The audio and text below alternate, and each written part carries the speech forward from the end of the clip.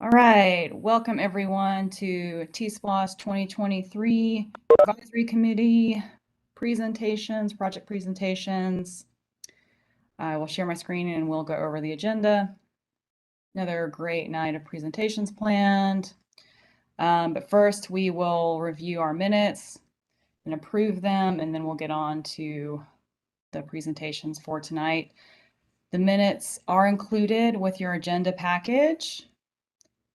Are there any corrections to the minutes?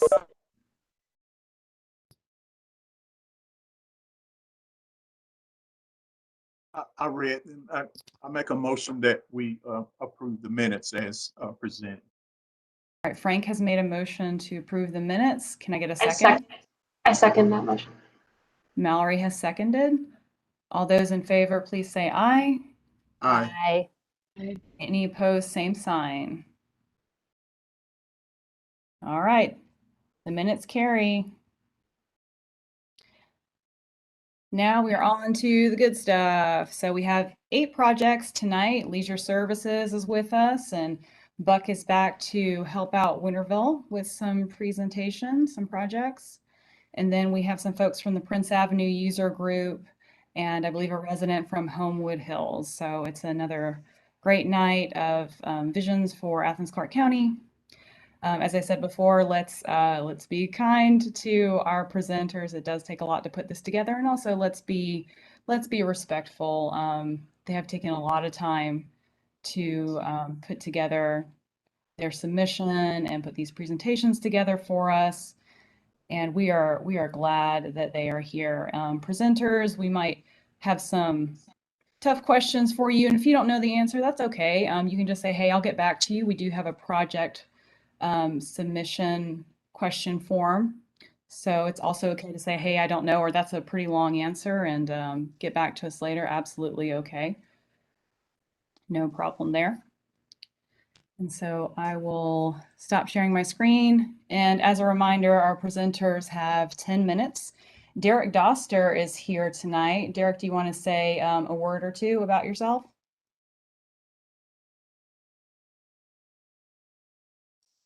I might have caught him off guard. That's all right. Thank y'all for having me. Again, my name is Derek Doster. I'm in the TSPLOST office. I'll be helping and aiding the meeting tonight for the presentations, and look forward to continuing the good work that y'all are doing for the community, and glad to step in for Keith. So thank you for having me. Thank you, Derek. So presenters will have 10 minutes, and presenters, Derek can give you a 1-minute warning when you have 1 minute left. If you want a halfway warning, just let him know. And then we'll have 10 minutes for questions and 5 minutes for discussion. So, you know, we've been kind of carrying over the question portion of the presentations to that discussion. So it's about 15 minutes. Any questions or comments from the advisory committee before we invite our first presenters to speak?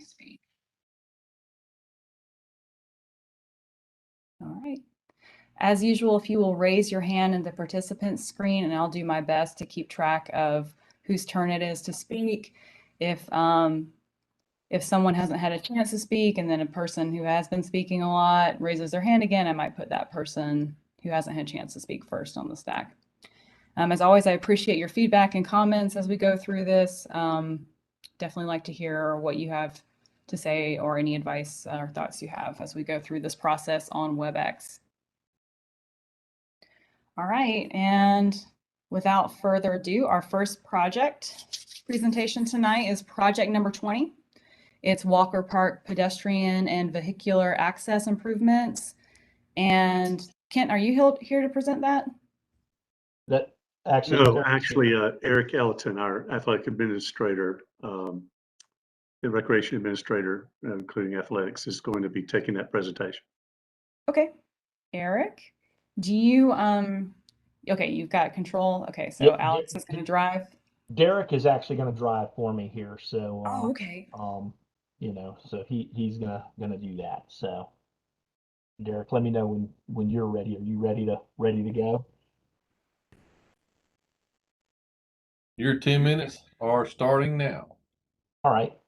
Well, thank you guys for having us here tonight. Like I said, my name's Eric Ellerton. I am the Recreation Division Administrator for the Leisure Services Department, and wanted to talk to you a little bit tonight about our project that we submitted for the Walker Park pedestrian and vehicular access improvements. I don't know, some of you may be familiar with Walker Park. We did undergo a name change during the pandemic. So Walker Park is formerly known as Trail Creek Park, and prior to that was East Athens Community Park, just for reference for those that may not have realized that we changed the name. We changed it back in November 2020. Really, it was a citizens-driven request to rename the park after Miss Virginia Walker, who's kind of a cherished member of the East Athens community for her lifetime service to the youth in that community, both through the recreation and educational and just all aspects of trying to better the lives of the youth in the East Side. So that's the park we're going to be speaking about tonight. Go ahead to the next one, Derek. So for us, just to kind of give you an overview of what we're looking to do at the park, is one of the main things is we want to provide safe access for pedestrians and cyclists by putting some pedestrian crossings and traffic calming devices along Trail Creek Street to slow down traffic and to make it safer for pedestrians that want to access the upper end of the park, whether that be from biking in, whether it be from walking in, or just parking down on that road. We do have some parking spaces down there, but there's not a lot of safe crossing to access the upper end of the park. So we are proposing some traffic calming devices and some safe pedestrian access there, so people can access the upper part of the park more safely. Also, providing that safe access to the upper end of the park also allows the people that are on the upper end in the parking lot to access the lower end of the park, which also includes the Trail Creek Trail, which leads to our whole greenway network of things. So we kind of want to connect the two in a safer way to provide access on both ends. And then also we're looking to expand the parking lots of both of the parking lots to essentially 75 additional spaces, and that's really to support current programs plus the future use of our trails expansion as we see it now. Just to kind of give you why Walker Park's an important park, and this is an important project. We at Walker, we have a whole diverse offering to a bunch of different citizens throughout Clarke County. We average about 58,000 users a year, and that does not include self-directed activities such as playground use, such as just coming to one of our ball fields and throwing a frisbee or a soccer ball around, picnic pavilion rentals or cookouts that we have up there. That does the 58,000 does not include that. What it does include is kind of our diverse group of people that use the parks. If you are in the mountain bike world, you're probably pretty familiar with the park. We have 4.5 miles of mountain bike trails in the park, and which draws local mountain bikers, but also people from the surrounding area. It's also home to our youth football, one of our larger youth football teams, the East Athens Dolphins, which gets kids from right there in that East Athens area that come up and play football there.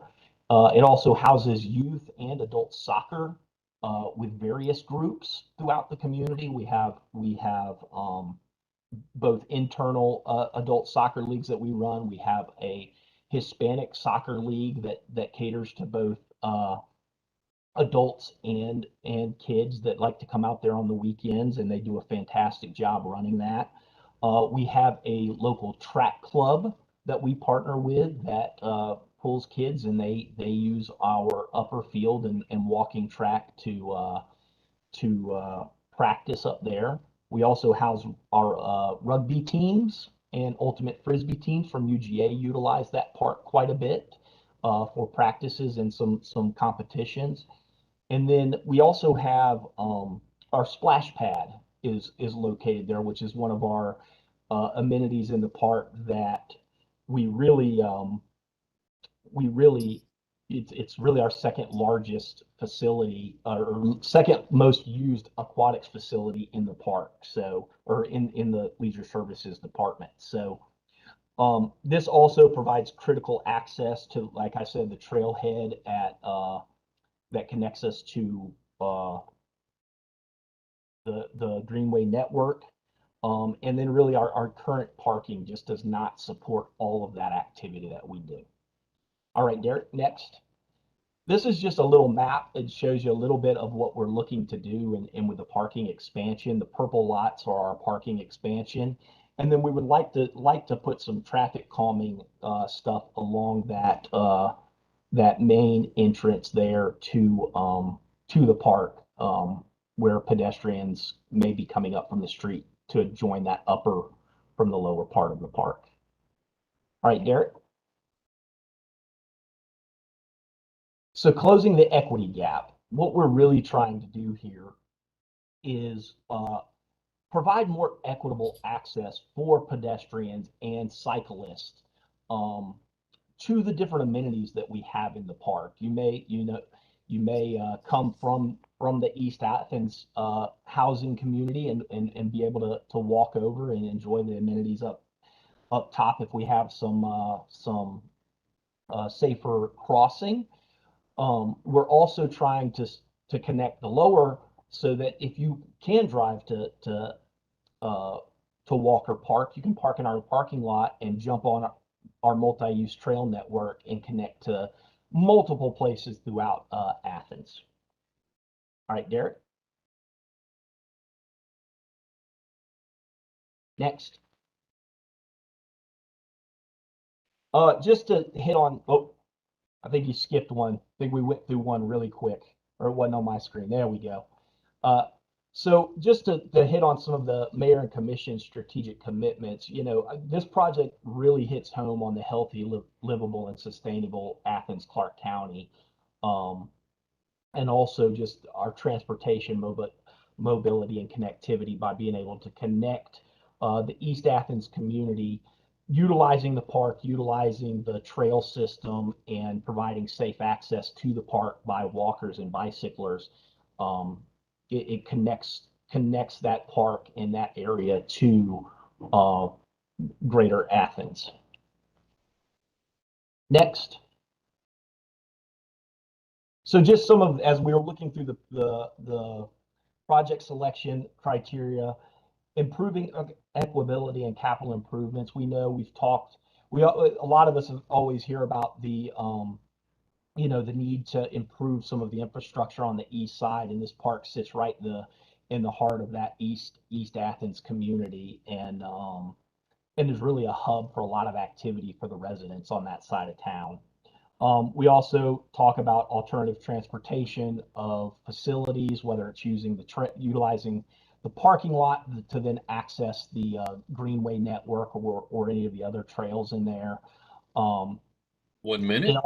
It also increases access to some of our existing public facilities, promotes the transit system. We have transit stops on each side of that park that can be easily accessed by this project. It promotes the health and safety, and once again, going back to the Greenway Network plan, really update or implement some of the components on that. Go ahead, Derek. So economic prosperity, same thing. That park, we have a lot of activity that whether it's tournaments, whether it's 5Ks, races, cycling activities, biking, people coming out and doing demos. That it serves as a major hub for that. And then it also, if you're looking to, as businesses looking to come to Athens, it can provide another outlet where there's easy transportation and access to their jobs that's not necessarily have to be car driven or vehicle driven. Next. Eric, I think that we're at time for your presentation.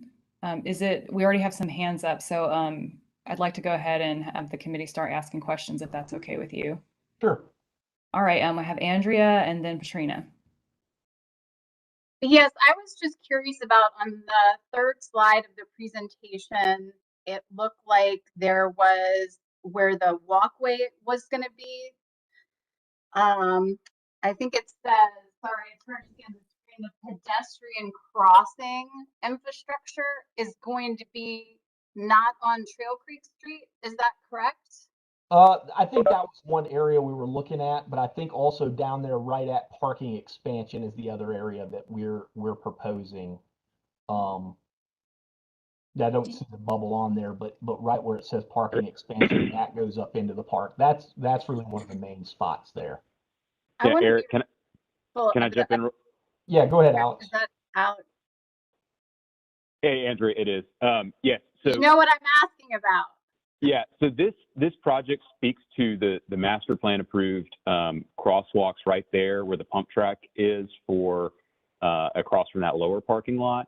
The existing crosswalks on Trail Creek Street are being taken care of by another project that's already been approved. So I think that's your question. Yes, because that was my concern for the benefit of my other committee members, where the white line in the north part of the map crosses Trail Creek Street. That's where natural surface trail crosses, and kids and traffic are right there together. And there's a turn there with limited sight distance, and that is such a dangerous place. So I'm so glad to know that that's being addressed through another grant. And so, but this would include traffic calming along Trail Creek Street as in addition to? So the CDBG project, which has been approved, that would take care of tabling both of those crosswalks, is a form of traffic calming. This would also include traffic calming going up the hill, because coming down the hill, people do seem to go pretty fast. Okay, thank you. Patrina?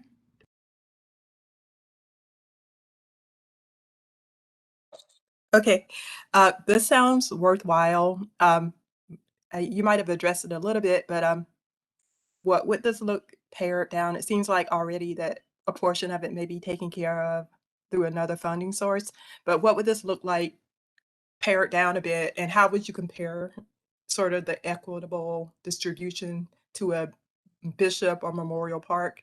Like, would this put Walker Park more on par with a Bishop Park or a Memorial Park? Or... Yeah, so I would think with you know, as Memorial and Bishop go, they're very easily accessible from the community that surrounds them, the housing and all of that. And I think the plan of this is to help make Walker that same thing. And to really the residents in that surrounding community be able to access that easily without having to jump in their vehicle and necessarily drive to the park. Does that answer what you're asking? Yeah, exactly. Just want to speak to sort of having the parks be equal and equally accessible. Yeah. I'm going to add to that if I could. Our other athletic facilities have ample parking except for when a major tournament or event takes place. This is the one athletic facility that has got very restricted parking, and the number of users are just continuing to grow.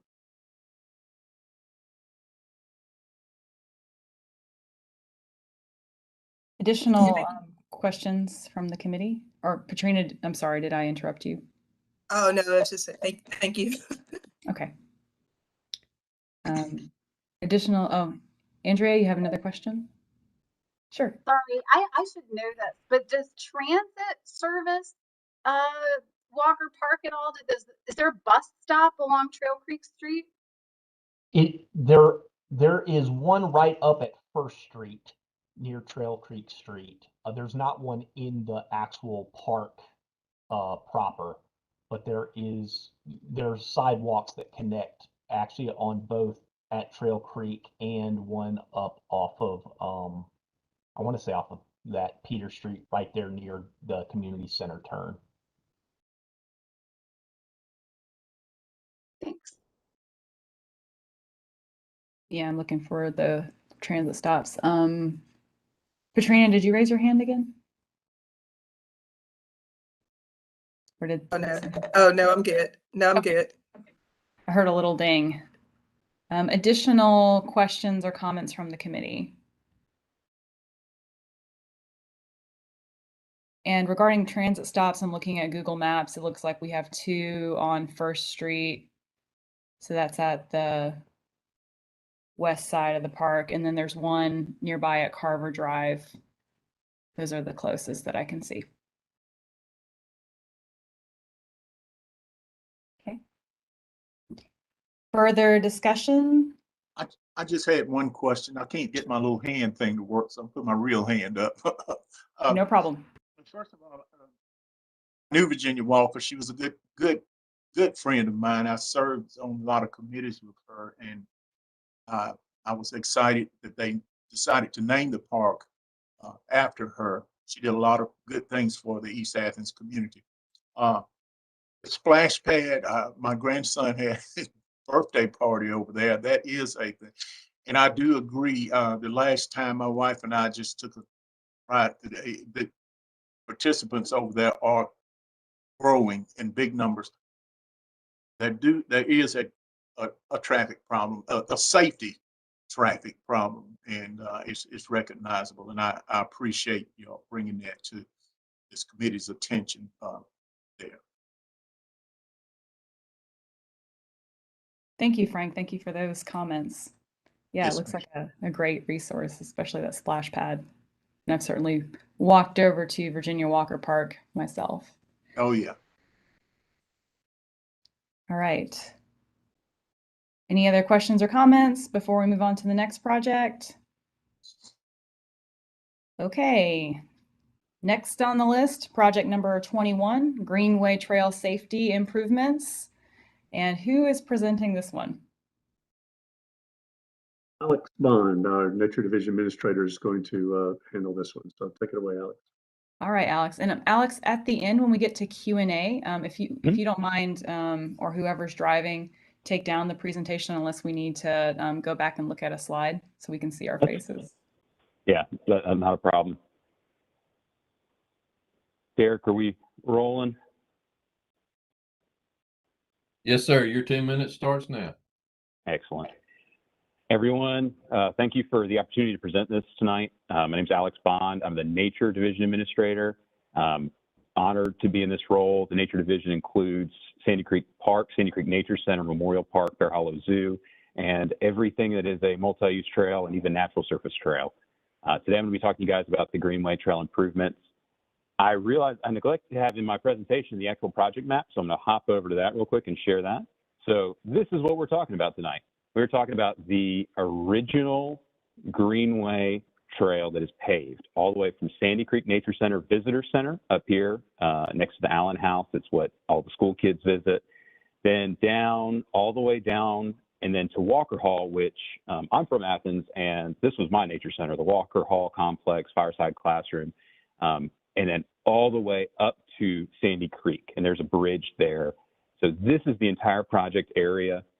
Includes, and you'll see some photos in a second, but it includes all of this asphalt paving that is the Greenway Trail. It also is our access down here to the Walker Hall complex. So jumping back over into my presentation. So let's talk about what the project is. It is taking this oldest piece of Greenway Trail, this foundational piece of Greenway Trail, and rehabilitating it to a point where it's safe. This is where it all started for our community. This is a 1980s or before. We don't exactly have a definite date on when the asphalt went down. Again, it was the original access down to the Walker Hall, the Nature Center, Sandy Creek Nature Center. And it hasn't had any substantial repaving since then. There's going to be a lot of photos that we'll get into. We also threw a nice prop in there that is a 1-foot ruler that is pink on your screen. So if you're trying to figure out what that is, that's what that is. So for scale, you'll see that in a lot of your pictures. All right, so we're also going to talk about a little bit about all these different kinds of terms. Alligator is what you can see on that photo right there. There's also some volcanoing. A lot of different, pretty much anything that can go wrong with asphalt is going wrong with this section of trail. So what we're looking for is a way to, a funding source through TSPLOST to come in and reimagine, rebuild this trail to where it's safe. This is also one of our #1 5K routes. This is a certified 5K course for the Peachtree qualifier. So there's lots of great things about this section. It's overgrown with trees. People love to walk it. There's not a time of day that there's somebody not walking on this section. So here's some more good examples of what we're dealing with right now. I'm going to use my cursor for you guys. You can see unfinished edges, drop-off edges of inches, giant potholes. This is a zoom in of pretty much the same pothole, that same alligatoring. And then the edge, again, degrading as we still do allow school buses to drive down to the Walker Hall classroom. We use them. Sandy Creek Nature Center has an annual contract with Clarke County School District, and tons of kids, every kid from every elementary school will come to the Nature Center at some point, sometimes multiple times. So using this road as either the path for the bus to drive down to drop off the kids at the Walker Hall complex, or using this trail as part of that outreach, part of that field study where the kids are actually walking in classes down the trail to learn things about environment. So not only is it passive recreation, active recreation like 5Ks, but it's an education tool for us. Without this road, without this part of the trail, Walker Hall is no longer accessible to someone using certain kinds of mobility devices. So this section, imagine not having it. Imagine being without this part of the trail. All of a sudden, there is no connection that you can make from in town to the Nature Center. There is no connection. This is an integral part to a lot of other TSPLOST proposals you guys are going to see. There's other things that want to take this trail and go from the Nature Center and go further north or further east or west. And without this, those projects are in jeopardy. It provides transportation and equal transportation opportunities for a lot of people. I know a lot of people that use this to commute. They'll park out at the Nature Center and come in. It's used for recreation almost every second of every day. When we're talking about mayor and commission goals, the Greenway itself and by default, this section of trail are aligned with so many goals that the mayor and commission have set over the years. Also, when it comes to all the different check boxes that you can check for a TSPLOST project, this project left no box unchecked. It can do all kinds of things. It is doing all kinds of things, and without it, we would actually be taking a step backwards. We would be increasing the number of cars. We've been increasing the amount of wear and tear on our roads. Without it, we're not just having an unsafe condition, but we're actually taking steps backward as a community. So triple bottom line, you guys hear about this on every project. I won't verbatim read it, but again, flagship part of the Greenway network. Without this, there is no connection. I can't tell you how many different advertisements from Athens have a picture from this section of trail on it. It really is kind of the quintessential section. And it really does tie into that Newton Bridge Road, which, again, I'm not as familiar with y'all's schedule, but I know that there's other sections of trail planned in TSPLOST that tie into this part. Sensitive, sorry.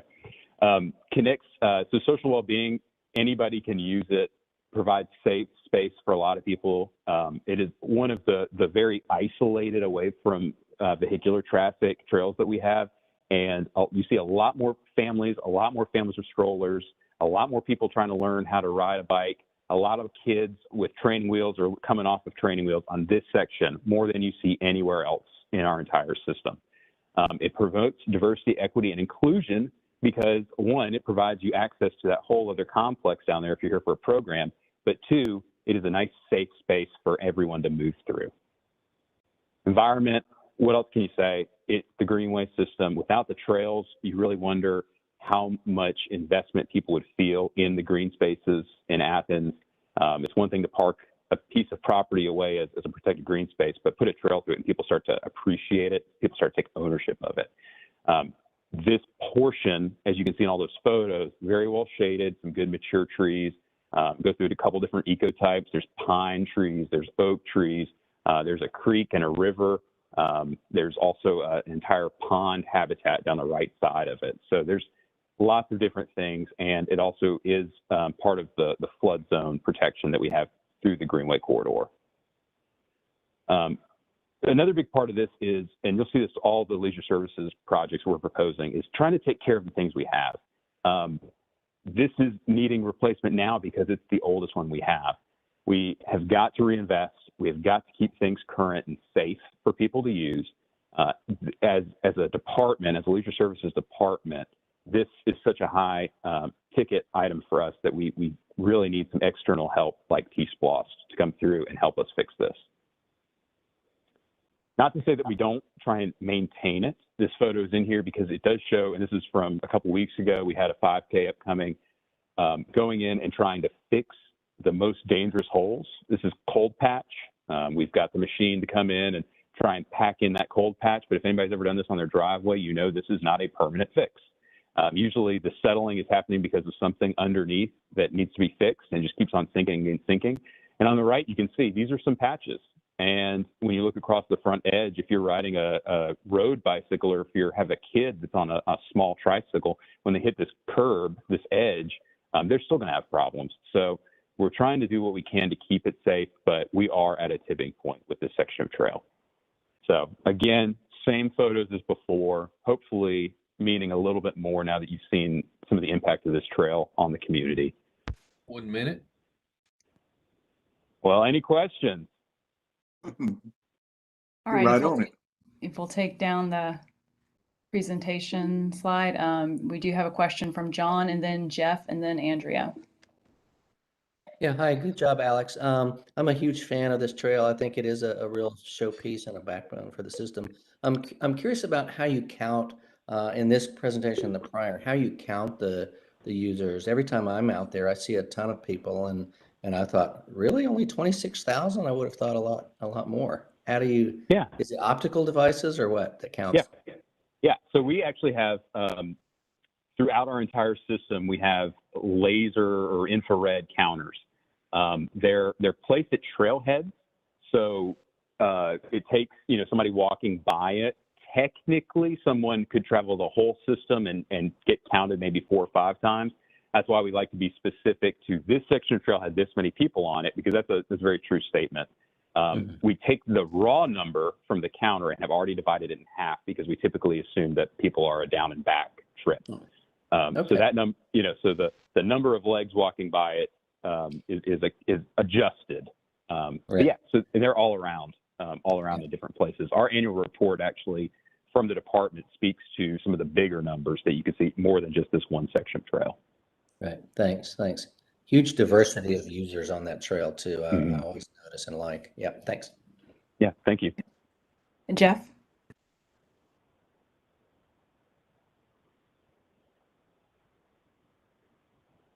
Jeff, I think you're muted.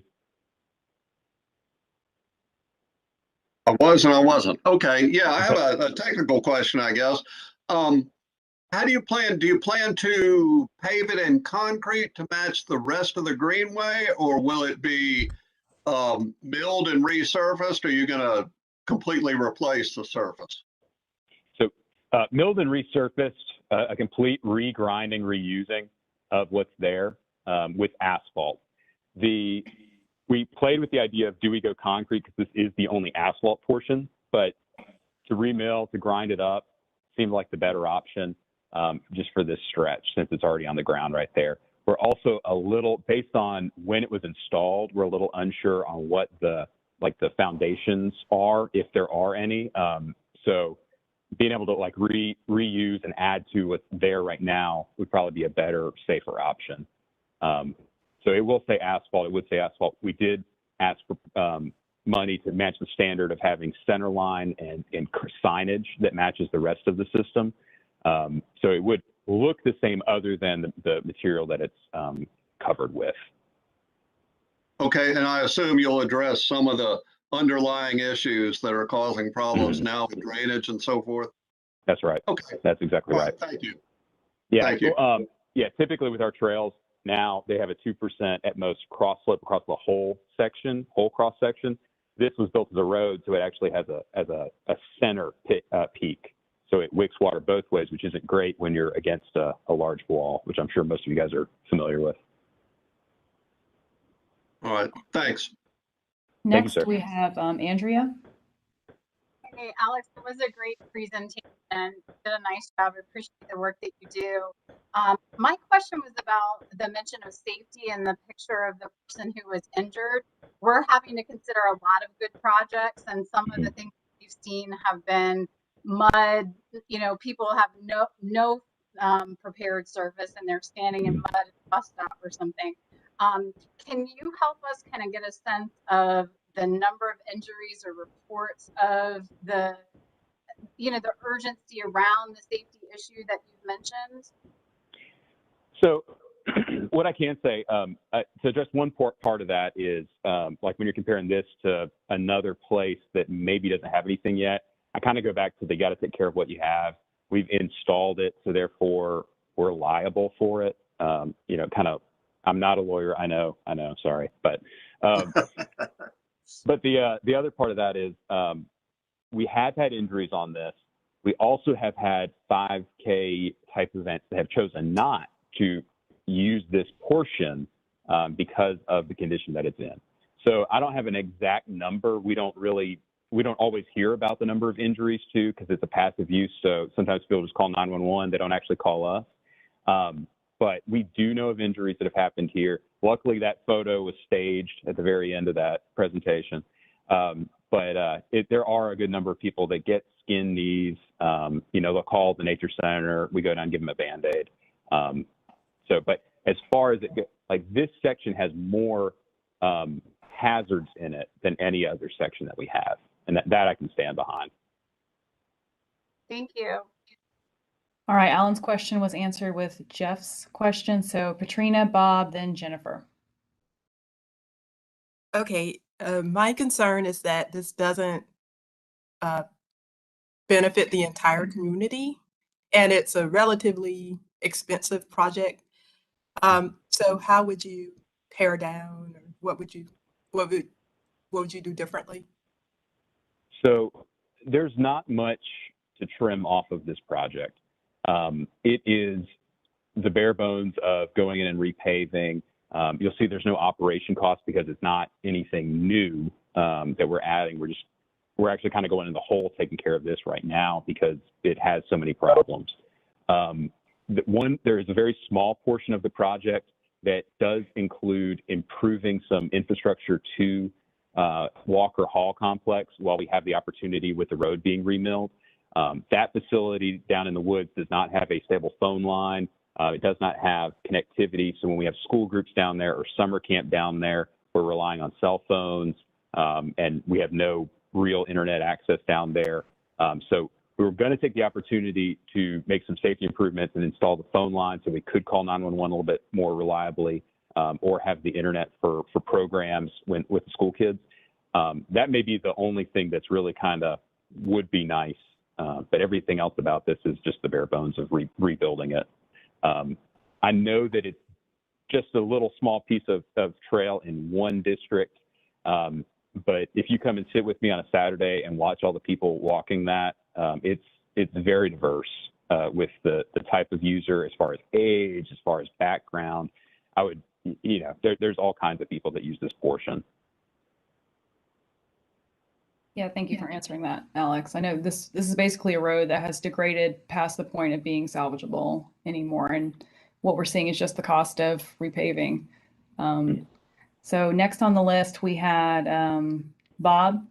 Yeah, my question is, can you really wait for TSPLOST 2023? It's that the state of that road is really pretty awful.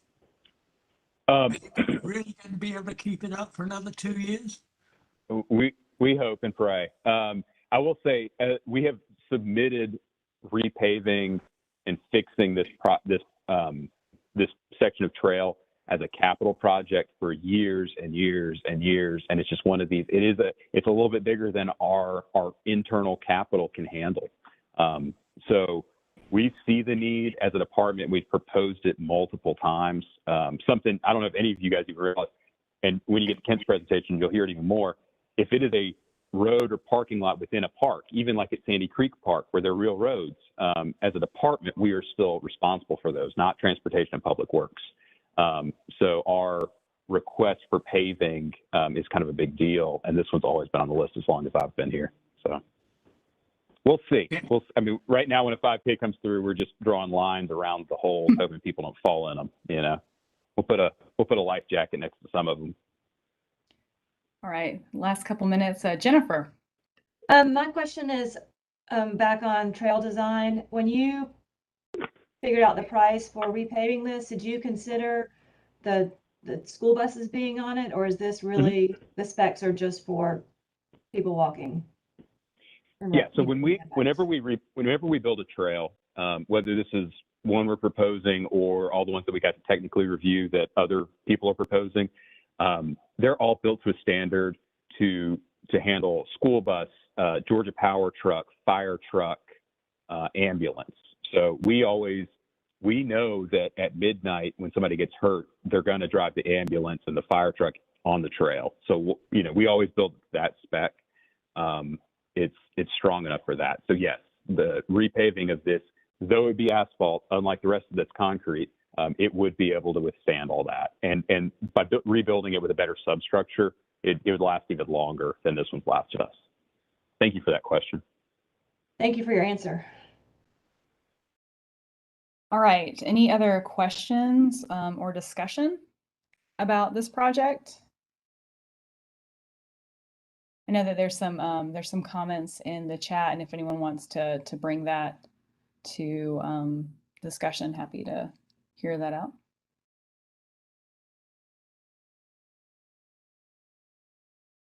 Okay, and Alex, y'all did submit this for TSPLOST 2018, didn't you? Something like this. Something like this, yeah. I can't tell you. It is a new narrative, and the opportunity to add the infrastructure, I don't think was part of that one. But yeah, and again, we've submitted it for capital for multiple years. Right. Is that Andrea? Did you just raise your hand? Yeah, I'm sorry, I don't have the budget with my evaluation guidelines, but what was the total linear feet for this one? It's right around half a mile. I've got it up. I'm looking at it on my screen. I want to say it's like 0.6, if I remember right. Thanks. Okay. Well, thank you, Alex. Thank you. Thank y'all. All right. One more leisure services project tonight, number 24, leisure services park access improvements. And who is presenting this one? I have got this one. So, all right. My name is Kent Kilpatrick. Some of you already know, maybe there's a few of you I haven't had the pleasure of meeting yet. But I have the good fortune of being the Leisure Services Director here in Athens-Clarke County. So we want to thank you for the opportunity for all three of us to be able to be here tonight. And I think you're seeing a common thread that I'm going to continue, and Alex mentioned, and that is really taking care of what we have. When we approach SPLOST, be it regular SPLOST or T-SPLOST or our capital development, as a staff, we talk so much about the growth we would like to see, the opportunities to improve more recreational outlets for people in this community. But we always fall back on the fact that we have so many aged facilities that we have a responsibility of taking care of. And that's why you're seeing our presentations from staff being part of that issue of taking care of what we have. So this park access improvements is going to include 3 local parks that need some of that TLC. as Derek just popped up on the screen, there's Satterfield Park, which again has some of the same, as Alex mentioned, the internal roads and traffic patterns we're responsible for maintaining. So the milling and replacement of some of that parking lots and driving circulation in the park. World of Wonder Playground. We will share pictures of each of these in just a moment, but it has a grass/gravel parking area that was an experiment many years ago that has now failed and failed quite some time ago, but now it's creating some hazards for us. And then at the North Coney River Greenway, where Alex was just talking about at the Nature Center, your next trailhead as you go down that stretch is at MLK and College. And it has a woefully inadequate parking lot there that gets too much impact and the current lot cannot handle the volume of traffic. Okay, Derek. I'm going to start with some Satterfield Park photos here that you can see. This is just a couple examples of the deteriorating of parking lot and parking spaces and vehicular traffic. This park handles Little League, hundreds of kids for Little League baseball on the east side. It handles kids for youth football, youth softball. It also has adult tennis and adult pickleball. Very popular park, one of our oldest parks. My father-in-law helped build the first field in 1969. So this park has been around a very long time, but it is in poor condition. And as Alex said, in his example, the best we can do is some coal patching ourselves, which does not last. Some of these spots you're looking at have gone through that process, but we need a complete milling, repaving, striping of this site. And also there's some stormwater issues here that have got to be addressed. They're contributing to the potholes, but also water is running across these driving lanes and parking lots and pooling up on the ball fields, which are creating problems for league play and use as well. So we're trying to address the stormwater at the same time so we don't get ourselves back in the same situation too quickly. Okay, Derek. This is a photo of the WOW or World of Wonder Playground over at Southeast Clarke Park. So this opened in 2003, and what you're looking at is a honeycomb pattern. At the time that this park opened up, they did not anticipate a high volume of people. The original World of Wonder Playground was not as big as the one we have now. There was one singular dog park out there. So they were trying a grass parking lot, and they used this honeycomb type plastic system with grass over top. Well, that grass lasted about 5 or 6 months. And that's back to 2003. And since then, we've been patching with gravel. We've been fixing what we can. Now in that bottom photo, some of that honeycomb system is starting to rise up and break apart. This site also is creating safety concerns and accessibility issues. Cars trying to park and get out of this if you've got some type of mobile device that needs to get you to this playground, which has many accessible components. It's very difficult to do so. Also, it's hard to tell in that top photo, but creates a little bit of a ditch between the driving lane and the parking spaces, which is really tough if you've got a low riding vehicle that can scrape when it's going in and out of the parking spaces. So we're trying to address that lip, same type of thing, some milling and repaving, and really getting this type of system in here, parking and driving lanes that can handle the volume of impact, which is thousands and thousands of people now coming to 3 dog parks and a much larger playground. Okay. And then the third spot is the parking lot I referenced at MLK and College that serves the Greenway. So what you're seeing in this first photo to the left, that you can see the parking lot in the background that handles 11 spaces. Next to it is a grass area that we've tried to use for overflow parking, because you can see on the right, a lot of people start trying to park along MLK. Well, if you go to open up your car door along MLK, that can be a very dangerous situation. as well as just walking along MLK where there's no sidewalks there. So we've tried to open up that grass lot for overflow, but you can see what happens when we do. We're in a constant state over the past couple of years of opening it up, let people parking. It rains, we get ruts and erosion. We have to close it back down to try to repair. And it's just gotten to the point where we can no longer maintain that level of repair constantly on that ground. So what this is trying to do is to expand some of that parking opportunities there for Greenway users. It was mentioned in Alex's presentation about the number of visitors and having trail counters at these sites. This site sees over 55,000 people, according to our trail counters, that park here and then access that trail in a given year. And I might add, these numbers during the pandemic have really increased. The entire Greenway has gone from an average of 200 to 240,000 per year pre-pandemic. Now that people are staying home and looking for recreational as well as exercise options locally, the Greenway has been discovered by a whole new group of people and is seeing in this past fiscal year, 515,000 people that are now hitting that Greenway and Firefly trails on an annual basis. So the impact is tremendous. These trailheads were not built to handle that level of impact, and this is an opportunity to increase parking at that site. Okay. So the equity gap, much like the other projects, this is an opportunity for everybody in our community to use these sites. We do serve everything from the very small children on the playground to youth and adult sports up at Satterfield Park, and in families in all ages of folks along our Greenway system. This is also geographically spread. Of course, we're along MLK and College with the Greenway lot.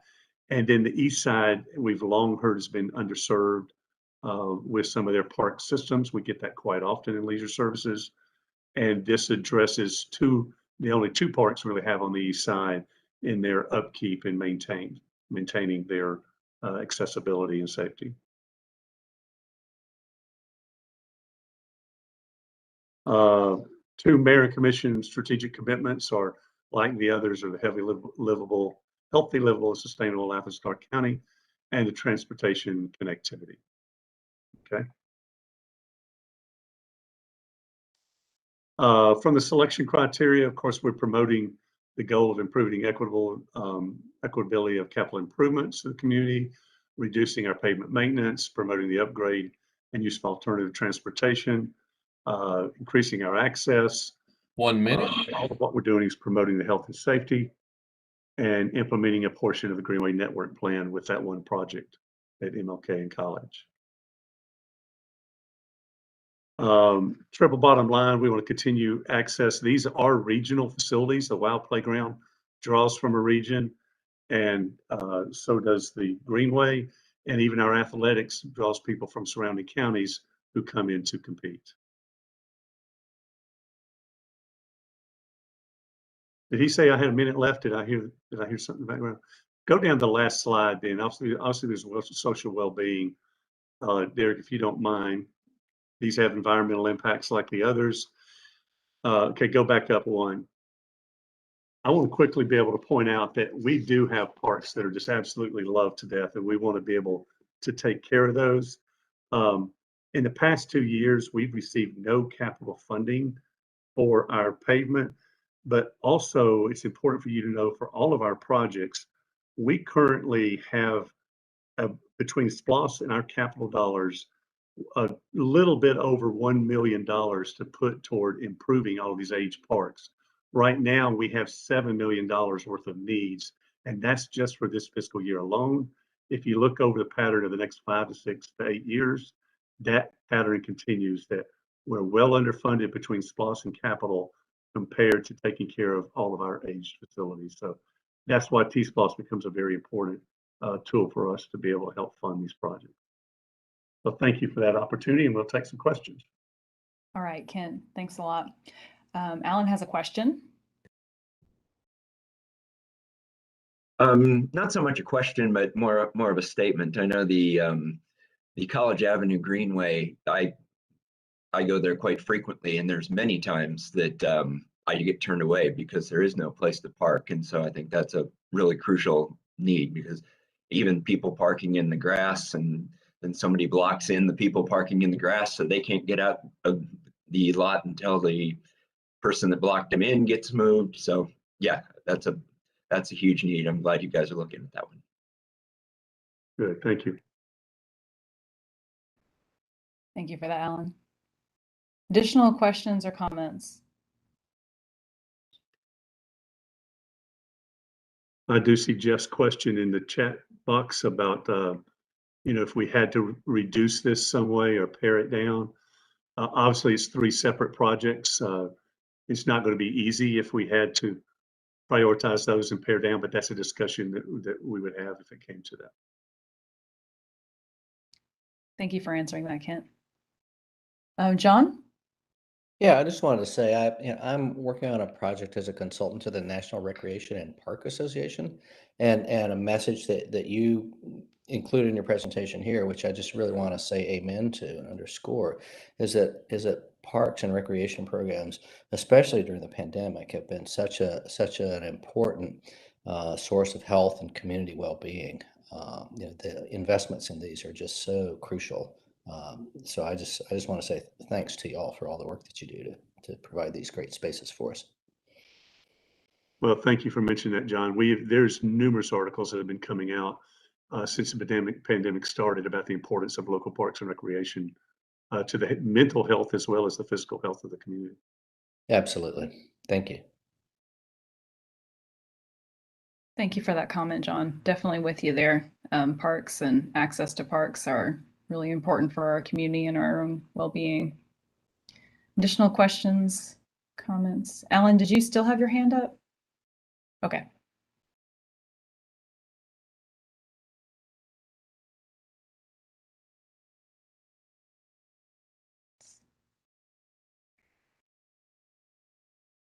Anything else about leisure services park access improvements? I just want to echo one thing, my real hand again. I just want to echo one thing that Kent said. Ken and I have worked together for years on some things there when I was there, but the safety, that MLK corridor is dangerous. That's a safety issue, big time, and that parking does need to be expanded so the people entering that greenway. I'll just echo that. Thank you, Frank. It's good to see you again. Good to see you, Kent. Yeah, I've definitely seen that parking lot overflow, and sometimes I bike to the North Oconee River Greenway and meet up with a friend who's in a car, and sometimes it's hard for them to park, or sometimes I'm in a car myself. Yeah. All right. Well, thank you so much, Kent, and thank you to Alex and Eric. Appreciate y'all coming out tonight. You have some additional presentations for us later down the line when we see you again? Well, that's actually the only 3 from staff now. We partnered with a lot of citizens and some of our nonprofit groups in creating some presentations. So we may be in the background prepared to help answer some questions in the future. Great. Okay. Well, we will see y'all around. Thank you very much. Much. All right. Is Buck in the house? Buck Bacon, are you in the house? Yes, ma'am. All right. Welcome back, Buck.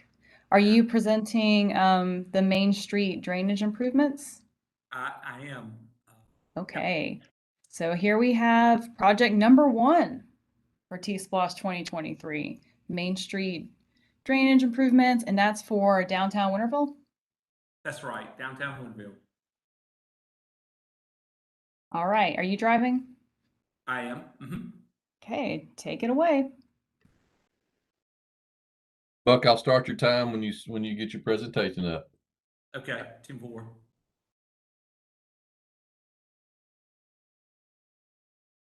All right, so project number one, Main Street drainage improvements. This is going to be a series of projects presented to you guys by the city of Winterville. And also the Mayor Dodd Farrell is going to join us shortly. He's running a couple minutes behind. So I'll move through this. Our project goals on the Main Street drainage improvement project. We want to replace the failing and undersized storm drains and culverts along portions of Main Street. We also would like to replace the existing curb and gutter and pavement to provide adequate curb height to intercept runoff from the street. And we'd like to add new inlets to prevent flooding along Main Street in the nearby residents. We think this improves equitability of capital improvements because this is providing those improvements throughout the community, including the city of Winterville. The project limits are along Main Street, beginning near the intersection with Smithonia Road and Athens Road, and going along the street about 2,200 feet to just in front of the Winterville Baptist Church. This section of Main Street also runs parallel to the Firefly Trail.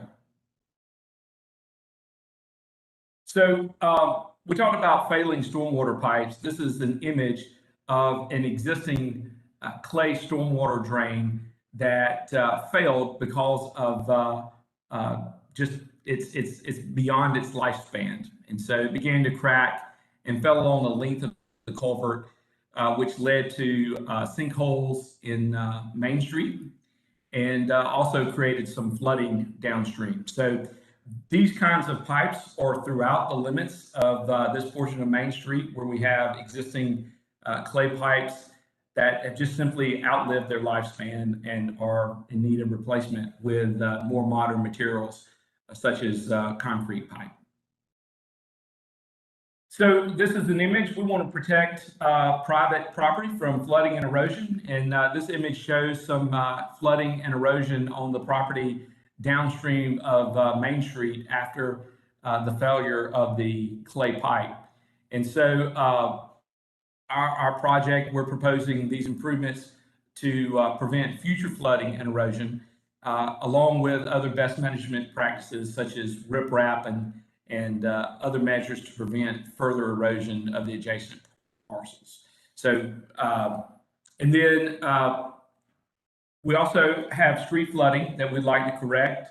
So the inadequate drainage inlets along the curb, sorry, there was an echo there, cause flooding. You can also see that there's not enough curb height, and so water stands in the roadway, and there's not adequate curb to capture the water and convey it to the stormwater inlets.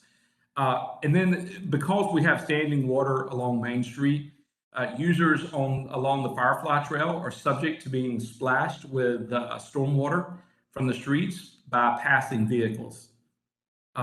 This portion of the Firefly Trail and the adjacent sidewalks also serve as a safe routes to school for Winterville Elementary. And we feel that out of fear of being splashed by passing vehicles, pedestrians tend to not use the facilities when the street is wet. Also worth noting is that the flooding and standing water on the streets limits the lifespan of the existing pavement and causes the subgrade underneath the road to fail prematurely. So why do we think this closes the equity gap? The city of Winterville, over the past TSPLOST and SPLOST projects, has received limited investment of TSPLOST dollars. The city of Winterville is also a growing population and has become a place for citizens looking for more affordable and less urban housing.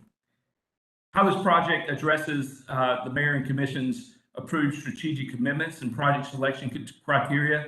Obviously, we think it improves equitability in capital improvements throughout the community because this is investing in infrastructure within the city of Winterville outside the urban core of Athens-Clarke County. And as we mentioned on the previous slide, that the city of Winterville has not always received an equitable distribution of the TSPLOST funds. We think that this project protects the community's existing transportation infrastructure because the storm drain network along Main Street is clay pipe. It's going to require replacement in the future. And if we don't fix it now, we're going to have catastrophic failures that lead to bigger problems. We also think that it's going to undermine the asphalt and require premature resurfacing of Main Street. That applies to the next one. We do believe that this would reduce pavement management deficit. We are asking for the resurfacing of the Main Street as part of this project. And we believe this project promotes increased access to public facilities by repairing or preventing the opportunity for flooded streets and to splash onto the users of the Firefly Trail after rain events. We also think that it increases usage of the Firefly Trail and the safe routes to school for the Winterville Elementary. And triple bottom line, economic prosperity. We do believe that this provides maintenance of existing infrastructure by replacing failing stormwater pipes. It does reduce the future operating cost by improving these drainage inlets and decreasing the need for continuous maintenance and repair. Social well-being, we think this reduces flooding of Main Street, adjacent sidewalks, and splashing of stormwater onto the users of the Firefly Trail. And environmentally, we think that this reduces flooding of adjacent properties, and it also reduces the potential for catastrophic failure and environmental damages created by failed storm drains. And that's it. Thank you, guys. Thank you, Buck. So the city of Winterville does receive some TSPLOST funding through our intergovernmental agreement, but because they didn't vote to unify with Athens-Clarke County, that's why we have these separate agreements. Is that right, Derek? Yeah, the two municipal entities with inside Clarke County receive a portion of the TSPLOST or SPLOST funds, and I believe the agreement is based on population, and I would have to follow up with the amount of money that is projected for that through either the TSPLOST 18 or what may be projected here on a historical basis. Thank you, Derek. I just want the committee to understand that the city of Winterville, the city of Bogart, they will get a bucket of funds. And I think this is the first time that Winterville has applied for separate funding. So it's exciting to have you guys here, Buck, and I will turn it over to the committee to see what questions they have about this project.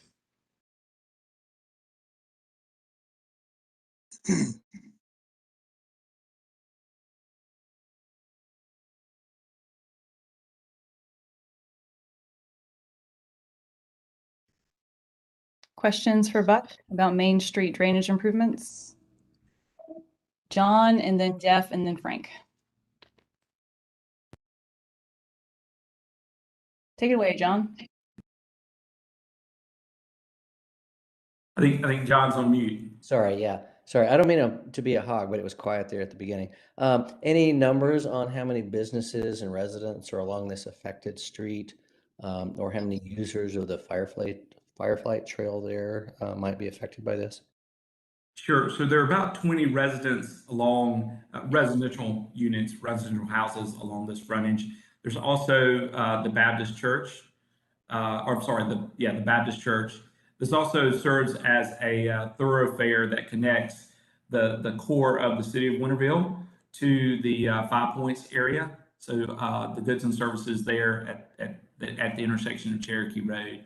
I don't have specific numbers on the trail usage, but I can guarantee you that any given day when the weather's nice, it is a very, very well used section of trail. Thank you. Yeah, it's a great amenity. Jeff? Yes, I was just wondering, I'm going to ask the reduced funding question. If the project had to be cut back, do you go back to the, I guess, where the storm drains drain to, or do you just start at 5 points and work down, or how would Yeah, you do so that? yeah, the mayor and I had talked about this briefly this afternoon. They've got 3 projects that we're presenting to you guys. Out of those 3 projects, if you were to have to reduce funding, he would prefer to see that the other 2 projects not be funded at all and prioritize the Main Street project. That being said, if we were to reduce the scope of this project, we would start near the outfall. That was where the image where you saw the mud in the front yard. We would start at that location and work our way up. Thank you. So out of all your projects, this one is the highest priority, and you'd prefer it be done completely rather than partially do several projects. That's right. Okay, thank you. Thank you for answering that, Buck. I know that's a tough question. Frank? Yeah, I just got one, it's sort of a technical question. The stormwater piping on Main Street. Does the pipe, when that piping fails, the storm, is that one of the end results of that is sinkholes possibly? That's right. And so when the pipes fail, it doesn't, the sinkhole is hidden, right? And so water gradually erodes behind the pipe until it eventually is a catastrophic failure. Okay. Thank you. Additional questions from the committee on this project? Discussion? All right, Buck, I think we're ready for the next one. All right. Which is, so I know that Dodd just joined us. So I'm gonna open this slide up, and then I'm gonna give him an opportunity to introduce himself, if that's okay. Wonderful. Mayor, you there? I'm here. Can y'all hear me? Yes, welcome, Mayor Farrell. How you doing? You're doing great. Thank you. I hope y'all are all doing great. And thank you for considering our projects. For sure, they're certainly important. Sorry I didn't jump on. I had 6:55 down for our time slot. So sorry I'm joining a little bit late, but glad y'all are moving through early, and hopefully we'll get y'all done early tonight. That probably makes our projects more appealing, right? So, but anyway, a little quick bit of history about Winterville and TSPLOST. This is the second go round, but the city did not request any projects the first go round. And that did get a little bit tricky with some citizens and some pushback based on the amount of money that we're allocated, which to me is a great deal of money for the city. But the projects that we're putting forward to you tonight, it would take us 3 or 4 TSPLOST to be able to get those done. But in the last TSPLOST, I was able to carry a lot of citizens across the goal line based on the fact that part of the Firefly Trail was going to be ripping the city right in two, right through our commercial district and right down Main Street. So the project that you just saw, that stormwater corridor that Buck just laid out for you, now has that new amenity on it. And with the popularity of the city and people coming out here, driving out here to walk, play safely on the trail, which will only increase through connectivity back to Athens. I don't think it's an if project. It's a when. I know it's not an if project. It's a when project, and it just has to get done for safety reasons. That Main Street corridor, because of the Main Street issues, and now the Firefly Trail added to that, and some programs that I think you would appreciate that have increased a lot of that traffic are some outside the box thinking that we've done with regard to education and nutrition in our area, and trying to serve the county in a greater way and be a greater asset to the county, which I've talked endlessly about. I know Derek's heard me talk about it, and Blaine, but be a true asset to the entire county. And we put together a blueprint for education during a pandemic. In the summertime, instead of having summer school, we had a summer enrichment program open to all students. And we opened up the city and all of our green spaces and all of our pavilions to the elementary school and to Coyle, because as you know, we're out here on the edge of the county. So the city tries to do its part to step in and close some of the gaps that are created by being on the outer edge of the county when you're in a public school system. My kids are all in that system. So we opened up the city, and it was incredibly successful. So we use that as kind of a blueprint in case we do get sent home all at once again. We can keep our kids in front of teachers out here in Winterville, and they're using Main Street, and they're using that Firefly Trail and that corridor, and the buses going to and fro from Coyle and Winterville Elementary. So that's been a big hit and something we're very excited about. And also our Marigold Collective, which now sits in Pittard Park, which is, we did not call that a farmer's market on purpose, because we want to reimagine today's farmer's market into a more inclusive and diverse market, which we've been successful at doing our first year in person this year. And in addition to having that Marigold market, we've got an entire food hub that we've created out of that market, where we're going to be able to create a food prep kitchen in one of our unused buildings that we've repurposed, a barbecue hut that now has cold storage. So when farmers leave, they can sell us or give us their food, their produce that they don't sell for pennies on the dollar, or give it to us so that we can repurpose that through our neighborhood leader, Shawanda Johnson. And citizens have been great in donating all these containers and everything to repurpose this food in now, because we have 40 critical families in and around Winterville that we serve, and more during times of the pandemic for sure. But that collective is not only going to be able to repurpose food, but we're going to be able to give some of these producers and startup businesses a place to prepare their foods, and hopefully build that into a commercial kitchen one day. So those are. Yes. Thank you for telling us about what you guys have going on there. I do want to make sure that you have enough time, all your time, for the next two projects. So is it okay if we go ahead and get started with Smithsonian Road? Sure. And I hope will you be sticking around with us for those projects? Wonderful. Sure. So glad to have you. All right, Buck, take it away, and your time starts, your 10 minutes start now at 6:50. Okay, awesome. So as you can tell, Dodd is a very passionate mayor. So I'm sure he'll have plenty more to say as we move into the questions and answer period. But yeah, this is project number 2, Smithsonian Road pedestrian improvements for the city of Winterville. And so our project goal is to provide pedestrian access along Smithsonian Road to improve access to users of the Firefly Trail, the Winterville Auditorium, access to the shopping areas near the intersection of Athens Road and Cherokee Road, and increase pedestrian opportunities throughout the city of Winterville.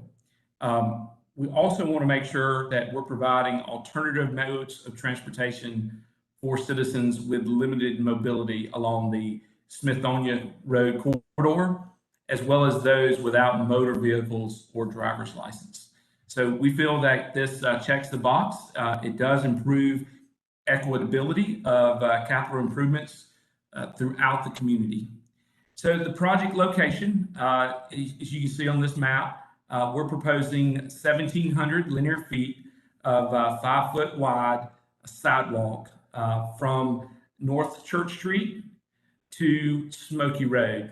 And so you can see where this provides connectivity to the Winterville Auditorium, the Northeast Georgia RESA facility, and then also it continues an existing sidewalk that connects to the Firefly Trail. So the project scope, it's really simple. We're looking for 1,700 linear feet of 5-foot sidewalk along the south side of Smithsonian Road from North Church Street to Smoky Road, including the required drainage improvements So right now the road is has a ditch section in some portions. So we would need to add some curb and gutter. There are a couple of driveways that would need to be crossed. So we would want to make sure that we make improvements to those so that they're accessible by pedestrians to cross, and also include accessibility ramps at the intersections. So access to public facilities. So you can see here that this sidewalk connects to the Winterville Auditorium and Community Center. It also connects to the Northeast Georgia Regional Education Services Agency. That's RESA. That's an agency that supports educational professionals. It also connects to the Georgia Youth Science and Technology Center on the RESA campus. And it also connects the Smithtonia Road corridor to the goods and services along Athens Road near the 5 Points intersection at Cherokee in Main Street. And so this does check the box. It does create access to existing public facilities. So interconnectivity to alternative transportation facilities. So this sidewalk would open up more pedestrian opportunities for residents along Smithtonia Road by means of connecting to the existing Firefly Trail. So all of that said, it does improve air quality. It reduces vehicle miles traveled and traffic congestion, reduces time spent traveling in vehicles, promotes health and safety, and continues sidewalk and multi-use construction by means of providing this connectivity to the Firefly Trail from the city of Winterville. Ultimately, users of this sidewalk would be able to catch the Firefly Trail into downtown Athens. That's huge, really important to the citizens in this part of the county. So why do we think this closes the equity gap? The city of Winterville does receive limited investments from TSPLOST dollars in past projects. The city of Winterville is also growing in population. So as we talked earlier before, it has become a place for members of our community who are looking for more affordable housing, less urban housing opportunities, and a vibrant community. So I'm not going to go through this. I think you guys have seen this. You understand the idea. This does create equitability of capital improvements across the community. Obviously, we're providing alternative modes of transportation. We've shown that this really does provide increased access to the public facilities in the city of Winterville. It's going to improve air quality because we're going to take vehicular users off of the road and give them more equitable access to pedestrian infrastructure. This is going to reduce vehicle miles traveled and traffic congestion. It's going to reduce time spent in vehicles. It's going to increase access to facilities. It's going to promote health and safety, and it continues sidewalk and multi-use construction by means of providing access to the Firefly Trail. So triple bottom line, economic prosperity. We believe this supports other capital expenses needed to achieve future economic development, transportation, and infrastructure elements within the city of Winterville. In terms of social well-being, this sidewalk provides greater pedestrian connectivity for existing workforce housing, and this improves equitable access to public facilities, goods, services for the residents along Smithtonia Road. And we think it improves the environment by supporting alternative modes of transportation. And that is it. Thank you, and I'll give you guys an opportunity to ask questions. All right, Buck, thank you. We already have some folks with their hands up. So Jeff? Sorry, I left it up from the last time. All right. Andrea? I was just curious about, there was mention of multi-use, but I noticed that you were talking about 5-foot sidewalks, and I learned yesterday that in Athens, you can't bike on a 5-foot sidewalk. So are the rules different in the city of Winterville? Can you bike on 5-foot sidewalk, or Is this just contemplating pedestrian use? Mayor, you want to answer that or you want me to? Well, the same, you can't bike on the sidewalks, on the 5-foot sidewalks here either. But, you know, we would rather the sidewalk be larger if it can be in areas, and Buck, I'll let you address that. We've discussed that on both of these sidewalk projects that we proposed, making them multi-use and a little bit wider for that purpose. Yeah, so in the presentation, we talked about multi-use and really talked about the connectivity of the sidewalk to the existing multi-use trail, the Firefly Trail, right? So we're proposing 5-foot sidewalks. We would love to have multi-use trails everywhere, but reality is this is narrow right-of-way. In order to build a multi-use trail along these frontages, we would have to get into people's front yards, and it would be very impactful. But man, it would be awesome. But no, we're proposing 5-foot sidewalks. Okay, thank you so much. It was a good presentation, and I like the idea of connecting to the Firefly. I think Winterville is definitely a hub, and it's exciting what's going on with the Firefly and all throughout Winterville. Thank you.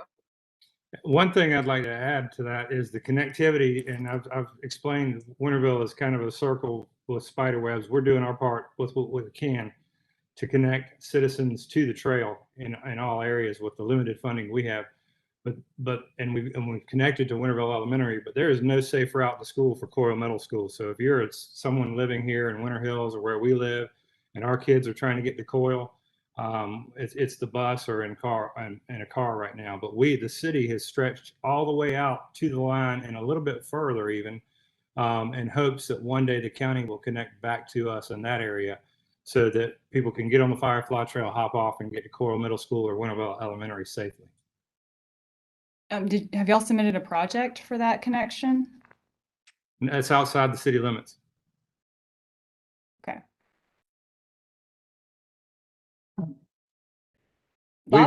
We've connected all as far as we can go. We kind of did that in hopes that someone would see the sidewalk and connect to us for our children. Mm-hmm. Next time, Lauren. Next time we'll propose that. All right. I have some more questions for y'all, but I see that Bob has his hand up, and I want to make sure he gets in there. Okay, Bill. I think if you listen in later, there is actually a project which puts a multi-use trail down Moores Grove, which would come from Coyle all the way to Five Points. So that would really solve that problem. It'd be great. So someone did submit a project? I think so. It's in my paperwork. All right. Good job, Bob. I haven't looked that far ahead. Any other questions before I ask mine? Yeah. So I'm curious about Smithonia Road as a choice, because so in the Athens in Motion plan, Winterville has 5 tier 1, which means high priority pedestrian projects and bike projects. And you know, like we as an advisory committee will make our list of recommended projects for the mayor and commission, but they ultimately decide what's on this TSPLOST. And so I'm just curious, like, why you decided to go with Smithonia Road and not these other like top tier projects in this plan. Just your thoughts on that. And I can answer that. I think at the time we were hoping that we would be able to pull off the funding ourselves for Smithonia Road, and it's just too large for us to do it. So that wasn't, and I was involved in that. And at that point, Robert Hardiman Road, which is on that tier 1, which connects down to Martin Meadows, that's one I think that's the highest one in our group, that group of 5 that you're talking about. And Smoky Road were really the 2 that I wanted to make sure got on there because of all the safety issues that citizens complain about on those roads. And Smithonia, we had always hoped as a city to be able to do that one ourselves. It's just too, and when we've looked at it, it's just too much.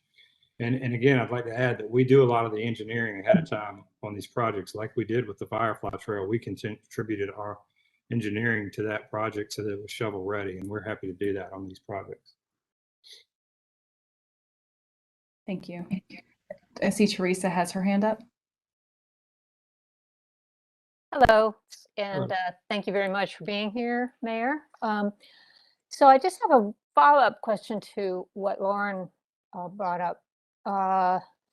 So the Tier 1 projects for Athens in Motion are for Athens Road, North Church Street, Marigold Lane, Parkview Drive, then Cherokee Road. And are you considering Smithsonian Road to be a higher priority than those Tier 1 projects? No, it's just not covered under that plan. Okay. So I'm trying to get a sense of where in your priority list the Smithsonian Road project would fall. And these three projects, stormwater is first, Smoky Road second, Smithsonian third. No, I'm talking about the Athens in Motion projects. Okay. Because, you know, we've got these things on this plan, and if you're saying this is a project that's of equal or higher priority, you know, then Athens in Motion could take a look at that and reprioritize it.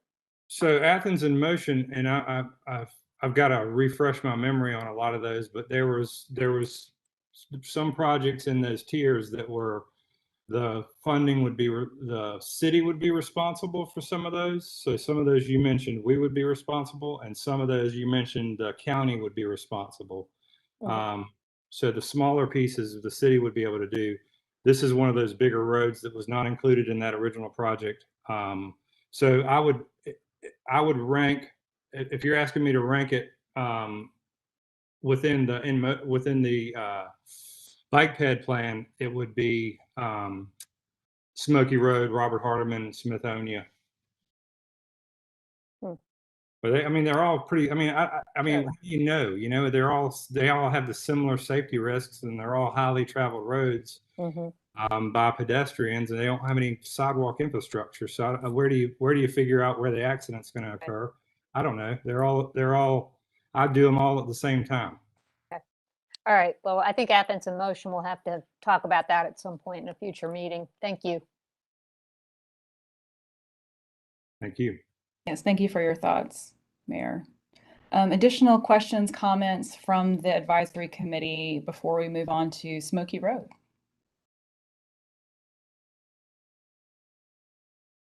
All right. Next on our list, Smoky Road, pedestrian improvements. Buck, that one's you too? Yes, ma'am. All right. And then committee, after this project, I think we'll take a 5-minute break before we look at our last projects.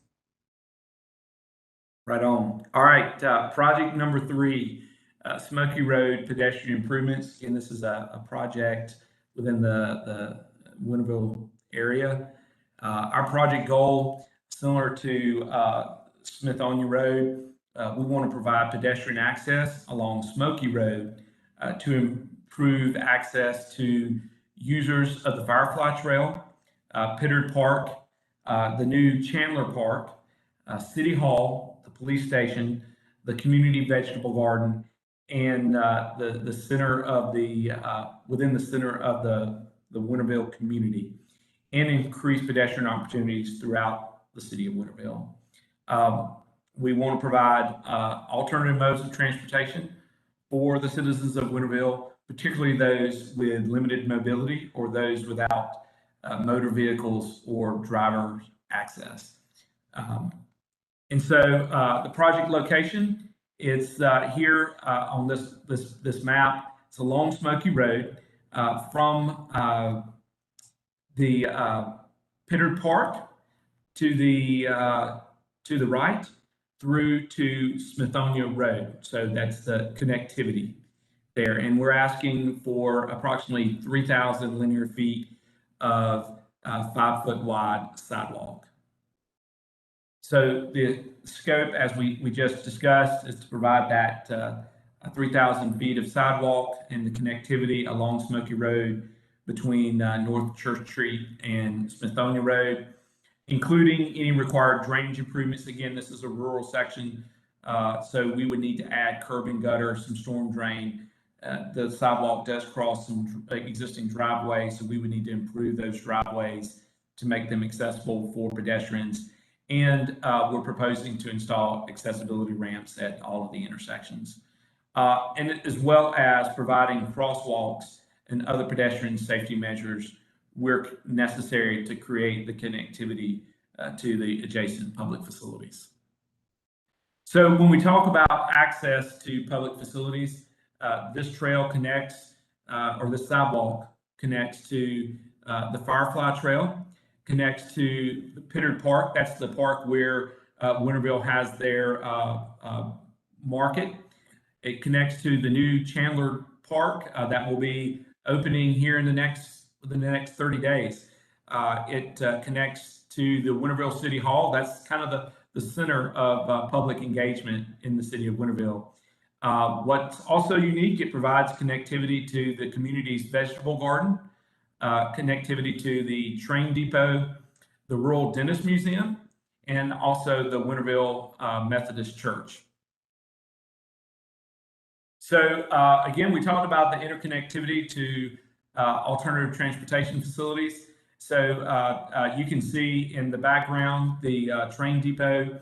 This trail would connect, or this sidewalk, excuse me, would connect directly to the Firefly Trail via the through Chandler Park, across the frontage of City Hall, and along Smoky Road, providing interconnectivity between the trail, Chandler Park, the City Hall, as well as Pittard Park and the other areas within the central part of the city of Winterville.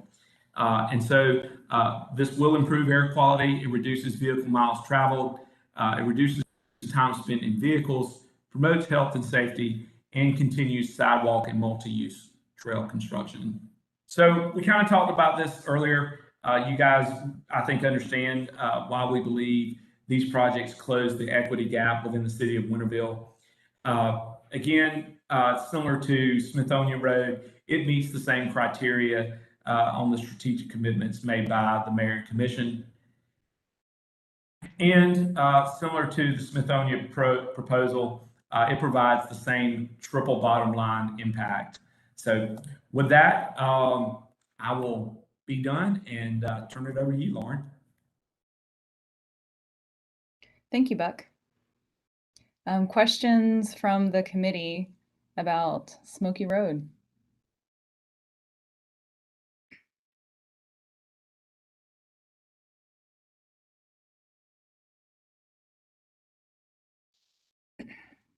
So maybe, Lauren, if I could add to the presentation, sure. This portion of sidewalk would also provide connectivity to Winterville Station. That's a subdivision that is has recently been constructed and is continuing to develop along the Smoky Road corridor as well. So a lot of citizens served, a lot of residential units served by Smoky Road. Thank you for that, Buck.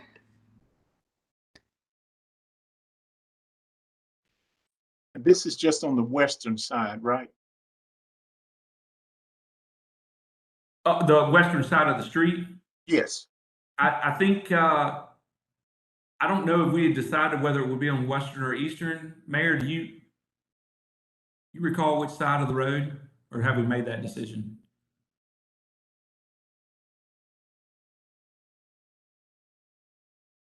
I was reading it off of the proposal. Okay, so maybe it is the western. I think. Yeah, I'm sorry, I was on mute. I think we had leaned western side.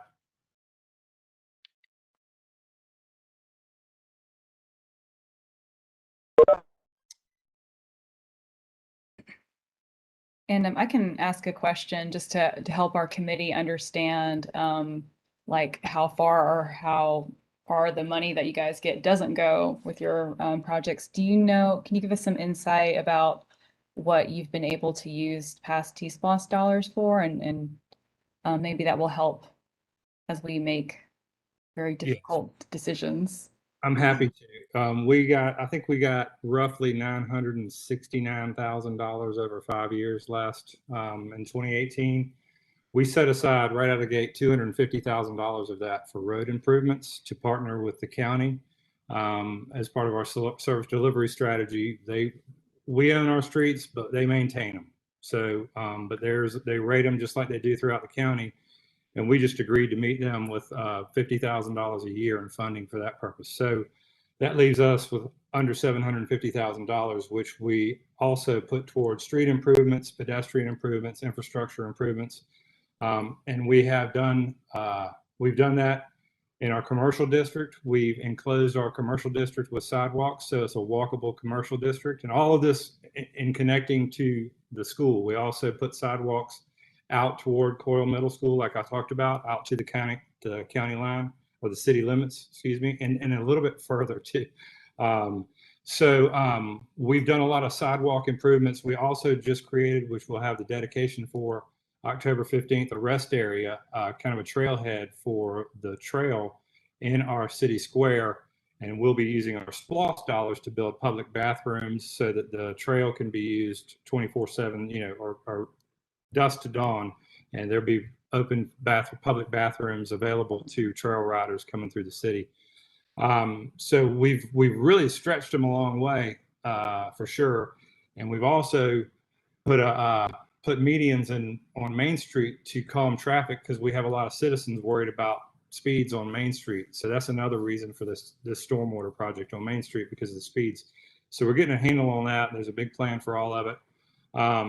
And one thing I just like, when I said $969,000, I think, and we didn't put a project forward last year, citizen, in signing an intergovernmental agreement with the county, that brings a quarter of a penny to the SPLOST program if we opt into the intergovernmental agreement, and that adds up to about $30 million towards the projects, the total projects for the county.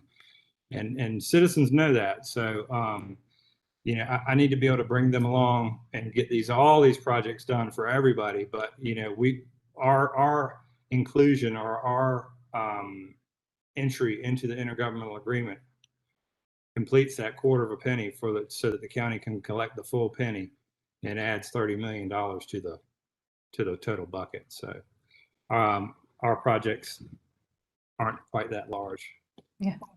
Thank you, Mr. Mayor. We do have one question, and we'll wrap it up and take our break. Jennifer?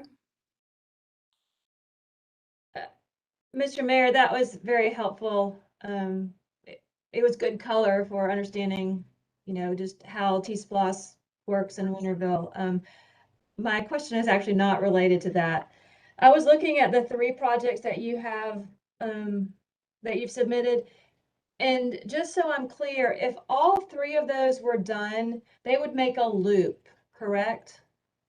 Like there would be you go up Smoky Road to Smithsonian and yes, back down Main Street.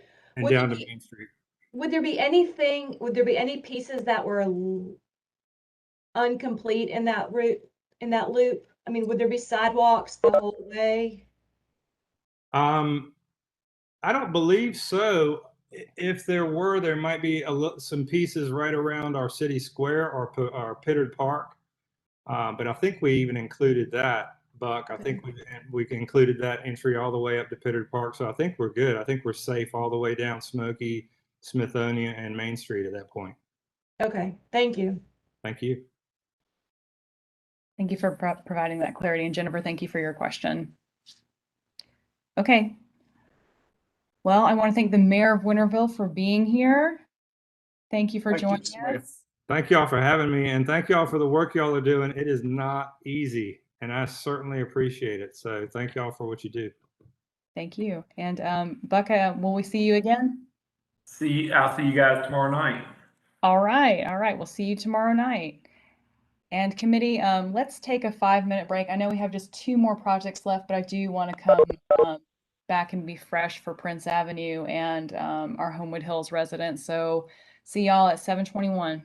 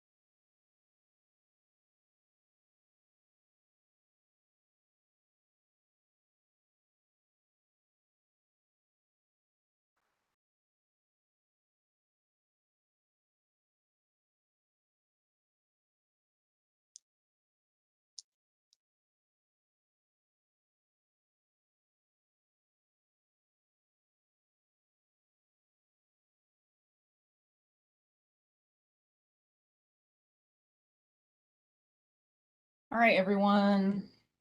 Welcome back for the final two presentations of the night. First up, we have Prince Avenue Corridor Improvements, Phase 2. And I believe we have Peter Norris here from the Prince Avenue User Group. Yes, Lauren. All right. Good to have you. Welcome, welcome. Thank you.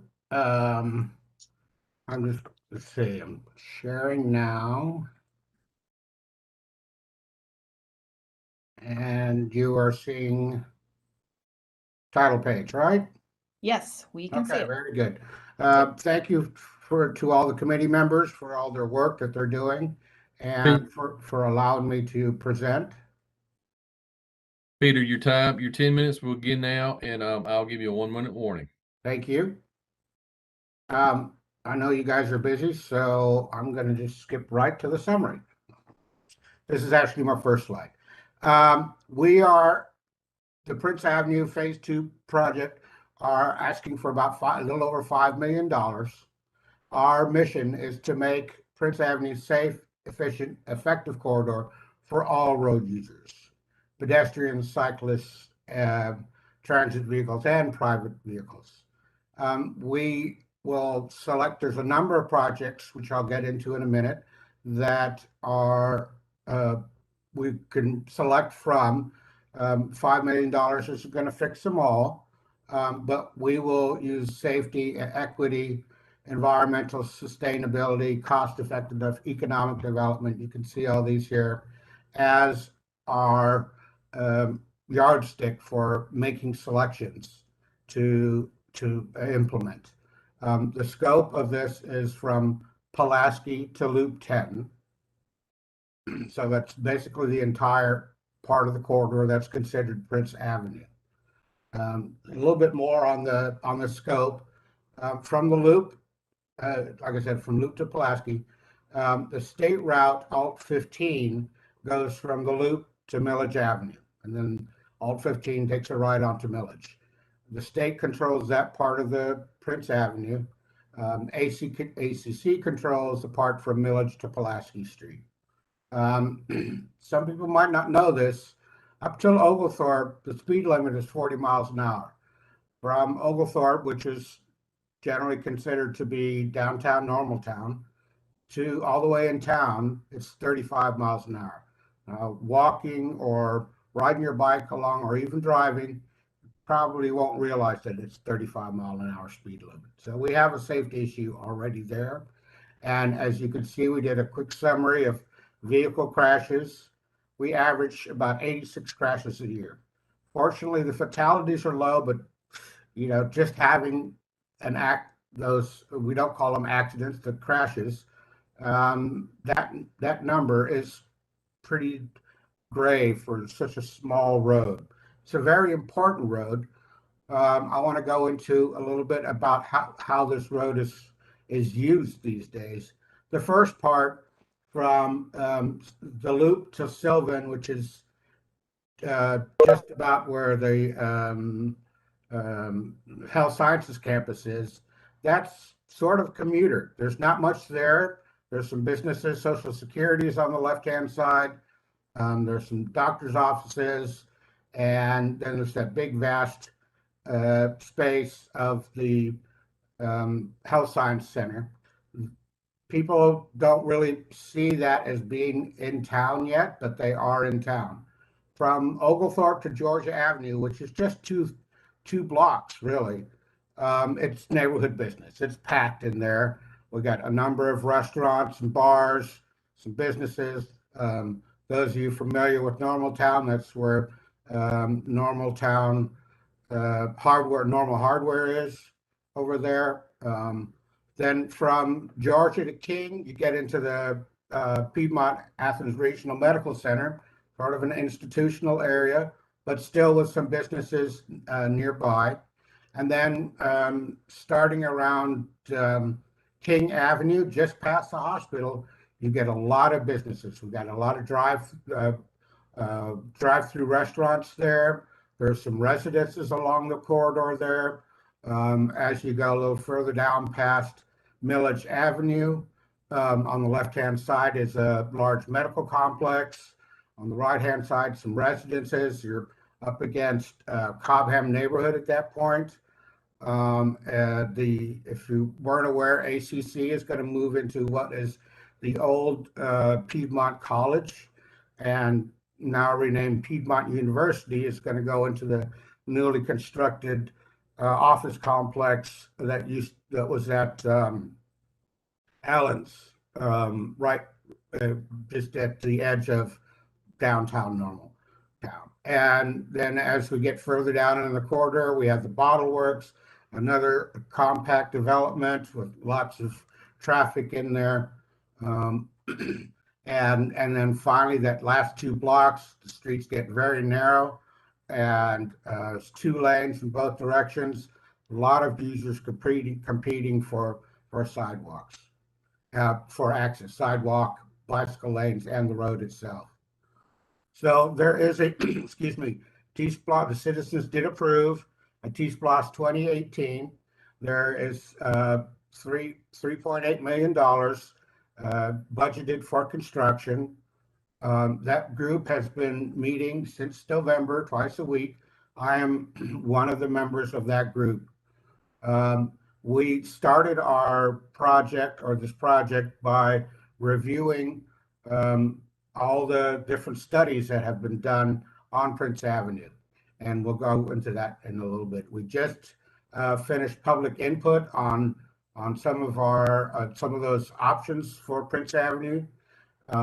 We will be reviewing that and making a recommendation to the mayor and commission in October, maybe late September, probably October. And then we're hoping that after that, the mayor and commission will move forward with our recommendations and send out projects for bid, construction happening in fall of 2022. As I mentioned earlier, there has been a lot of studies about Prince Avenue. There are 8 studies since 2004. From those 8 studies, we pulled 114 specific recommendations for what can be done to improve the Prince Avenue, to improve its safety for pedestrians, for bicycles, to improve green space, public art, to improve the signage, the signaling, and there was a lot of specific recommendations on how to fix the intersections. A lot of complicated intersections, a lot of curb cuts. Basically, what I'm trying to point out here is that we have studied Prince Avenue very much in depth for 18 years, and I can go back a little further than that even. And we know what needs to be fixed. With 86 vehicle crashes a year on average, and Maycourt's the Regional Transportation Organization has predicted the level of service of Prince Avenue will go to level E in about 10 to 15 years. So we need to do some action on Prince Avenue, and we need to do it right away. We've been delaying it for some time. The existing $3.8 million that we have for TSPLOST 2018 is undoubtedly insufficient. We'll get some of the things done. We'll make a start on it, but we need to keep this process moving forward. And one of the things we haven't even started discussing is what changes do we need to make to Prince Avenue to accommodate for climate change. So we're trying to continue. The proposal is to continue improvements to the Prince Avenue corridor. We have all the studies we need. We are ready to make decisions on implementing those recommendations, and we just going to need more money to finish the project, to continue with this project. And that is the entirety of my presentation. I'm happy to answer any questions that you might have. All right. Thank you, Peter. We have a couple folks with their hands raised. Jennifer, is your hand still up from last time, or did you just raise your hand? I did forget to put it down, but I do have a question. Okay. Well, start us off, Jennifer. Thank you for your presentation, Peter, and please forgive my ignorance. So I understand that there's been a lot of studies done on Prince Avenue and you kind of know what needs to be fixed. How do you know what you're going to do with the money that you're asking for? So that kind of goes back to the first slide. We have, as part of our mission, to improve the safety of Prince Avenue. That's our number one concern. Right. We want to make sure that the money is spent equitably. So for all road users, we'll see benefits to it. It will, we want to reduce injury and increase efficiency. Which are the ones that we will specifically choose? I can't really tell you right now. Part of it depends on what we're going to be doing. We just finished our survey for the 2018 TSPLOST. We got public input on that. We're collating that. We will probably use some of that to guide our choices, but we'll also, I would suspect, have another set of another round of public input to gauge what the public would be most amenable to as far as these improvements. So Peter, I'm going to interject here to help Jennifer out and the committee. Can you give us some ideas of what things you might do with this money? I mean, I've heard the survey, but let me find this other document very quickly. Where was it? So, all right, I don't have it right here at hand. Some of the things that we are considering is changing the curb cuts to reduce curb cuts on Prince Avenue. That would reduce the number of cars coming in and out. We desperately need bike lanes on Prince Avenue.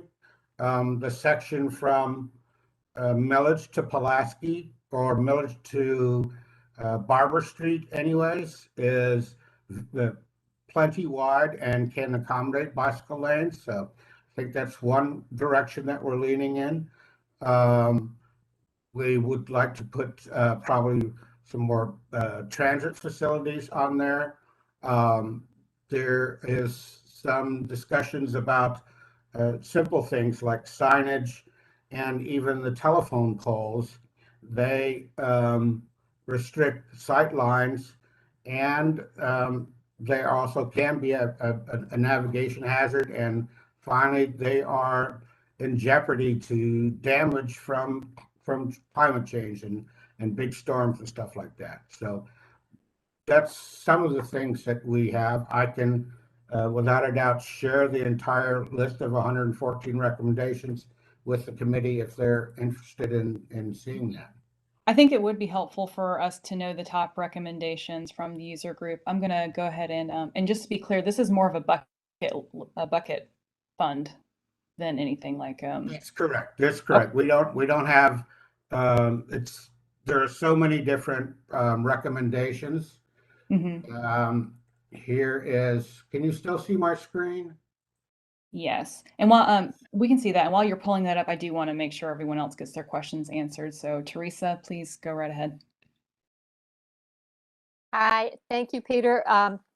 Couple of questions. One is you mentioned 3.8 million from TSPLOST 2018 that's set aside for construction. Now, is that money still available? It is. We have yet to make recommendations to the mayor and commission. We only started in November on this process. Okay. So are you asking for the 5.1 million on top of the 3.8 million, or would there be some offset? We are asking for the additional funds because the projects that we have identified, and like I said, I'm just going to scroll through them a little bit here, but we know from just back of the envelope estimations done by the experts, the transportation experts, the engineering experts, that there's not going to be enough to fix all the things that we want. Okay, thank you. And then second thing I'm interested in is, did you all take a look at the bicycle traffic coming from Jefferson Road, Jefferson River Road to Jefferson Road to into town? Because I do see a lot of bicyclists. There is, I agree with you. There is a lot of bicycle traffic on that. Our scope was limited for 2018 SPLOST. It's actually limited to Sunset Avenue to Pulaski. I did help create another proposal. I don't know what its status is, to deal with Jefferson Road, Jefferson River Road, and stuff like that. So that might be upcoming in one of your future presentations. Well, Jefferson River Road is being designed for a multi-use path right now. So it'll be a few years before that gets built, but that's on the schedule. So from Jefferson River Road, there, I know there's that access road, and then, but from the loop to your red zone. Yeah. Did you have any bicycle accommodation mentioned in there?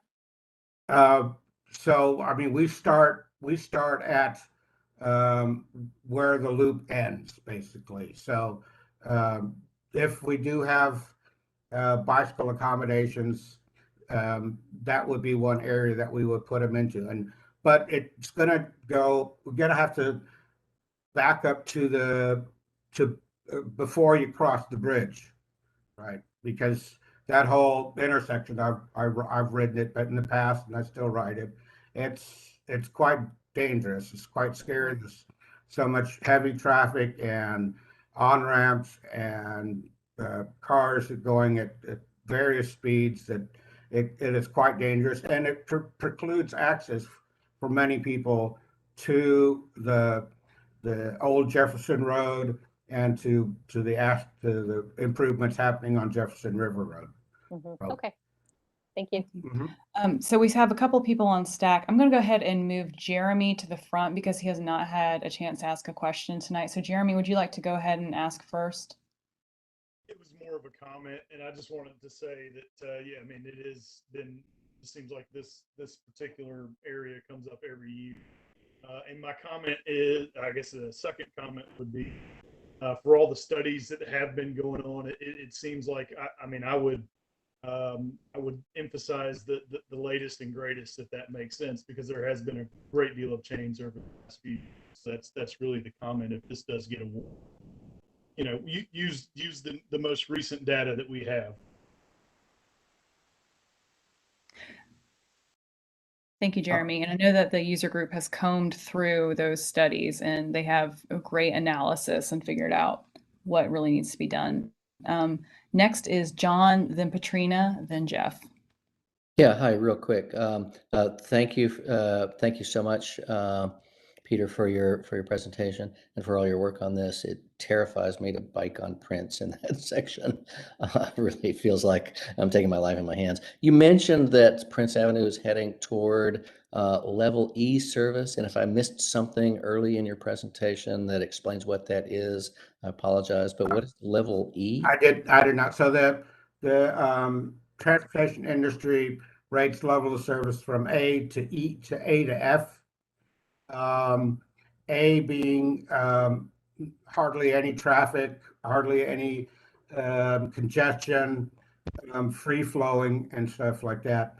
Level E is when you get close to bumper traffic, and there's congestion and frustration within the drivers. And so that's Maycourts predicts that if without improvements that that could happen to Prince Avenue in 15 years.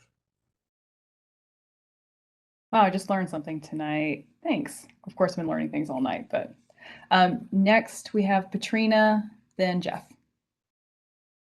Okay. Hey, I want to just second how important this is for sort of biking and pedestrian access, because this is like a major throughway.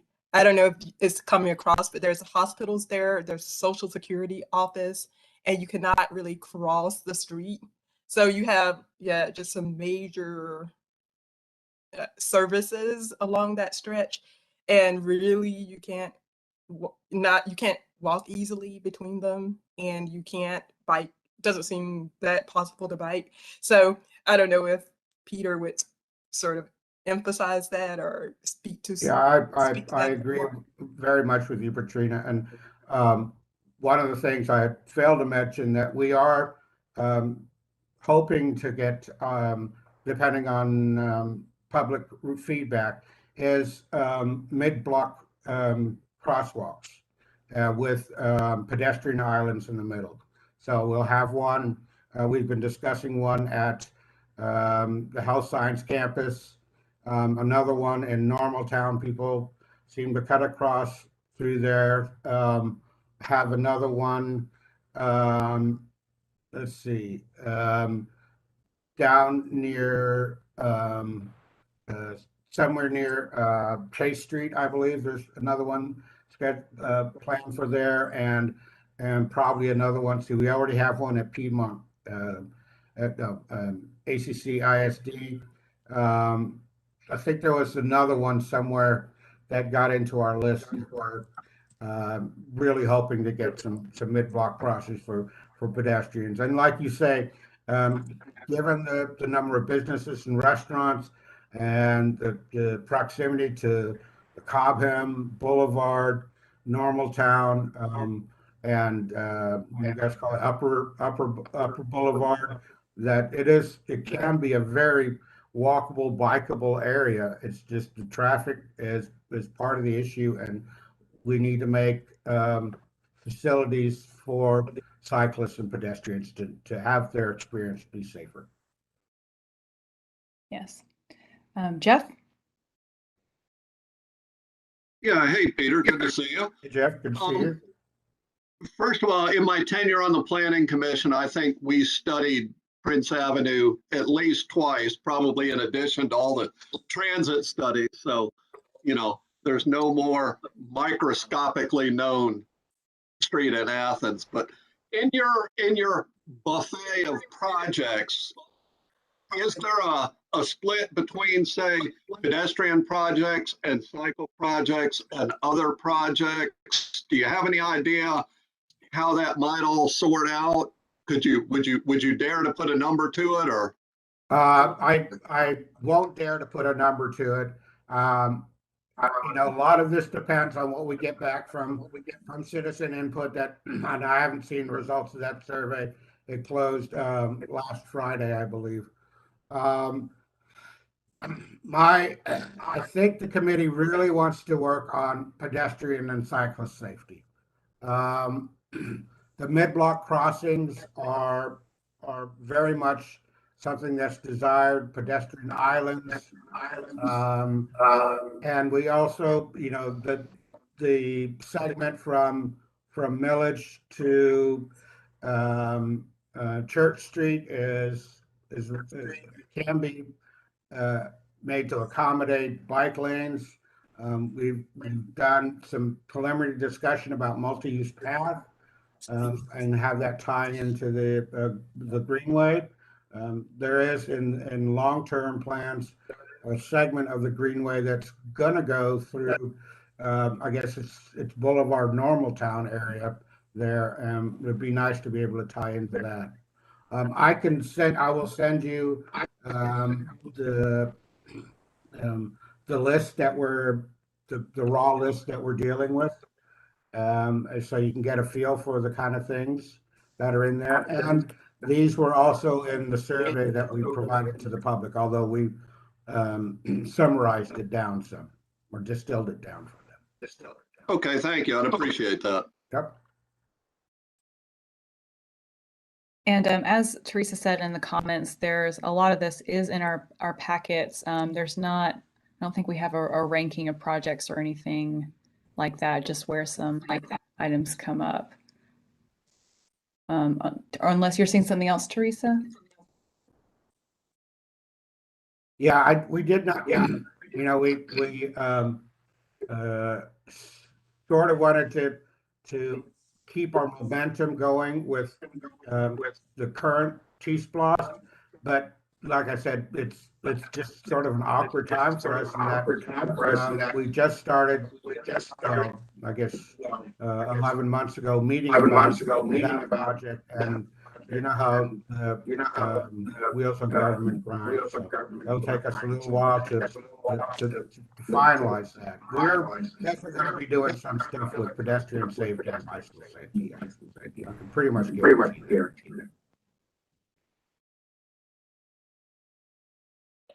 Thank you for that. Yeah, I know it's. Thank you for that. Yeah, Yeah, sorry, there was an echo. It's an echo. It's still there. Still there. So I think maybe if you guys get any sort of clarity, and it's also it's okay if you don't. If you just want to come forth and say, you know, we this is what we got. This is what we think we're going to do. Here's a general. This is just a general bucket. That's fine. But maybe there might be time. You might get some more information from the public input survey that gives you like a list of, you know, here are our top 10 projects from TSPLOST 2018, TSPLOST 2023. That could help us. But it's also okay. Definitely. When I get that kind of stuff, I'll be happy to provide it to you. Okay. I send it to Derek, I imagine, or Ashley, or somebody. I'll figure it out. No worries. Yeah. Okay. Well, thank you so much, Peter, and thanks for the hard work of the user group. Those really were a lot of studies to synthesize. So thank you for that. Yeah. Thank you for your time. All right. Okay. Thank you. Bye. Thank you. All right. Last but not least, project number 69, Homewood Hills Sidewalk Gap Project. And I believe we have Grace here tonight to present that for us. Grace? Yes. Hi, everyone. Welcome. Thank you. Is my volume okay? I think it's okay. Is it okay for everyone else? Fine. It's just fine. All right. Let me get this pulled up.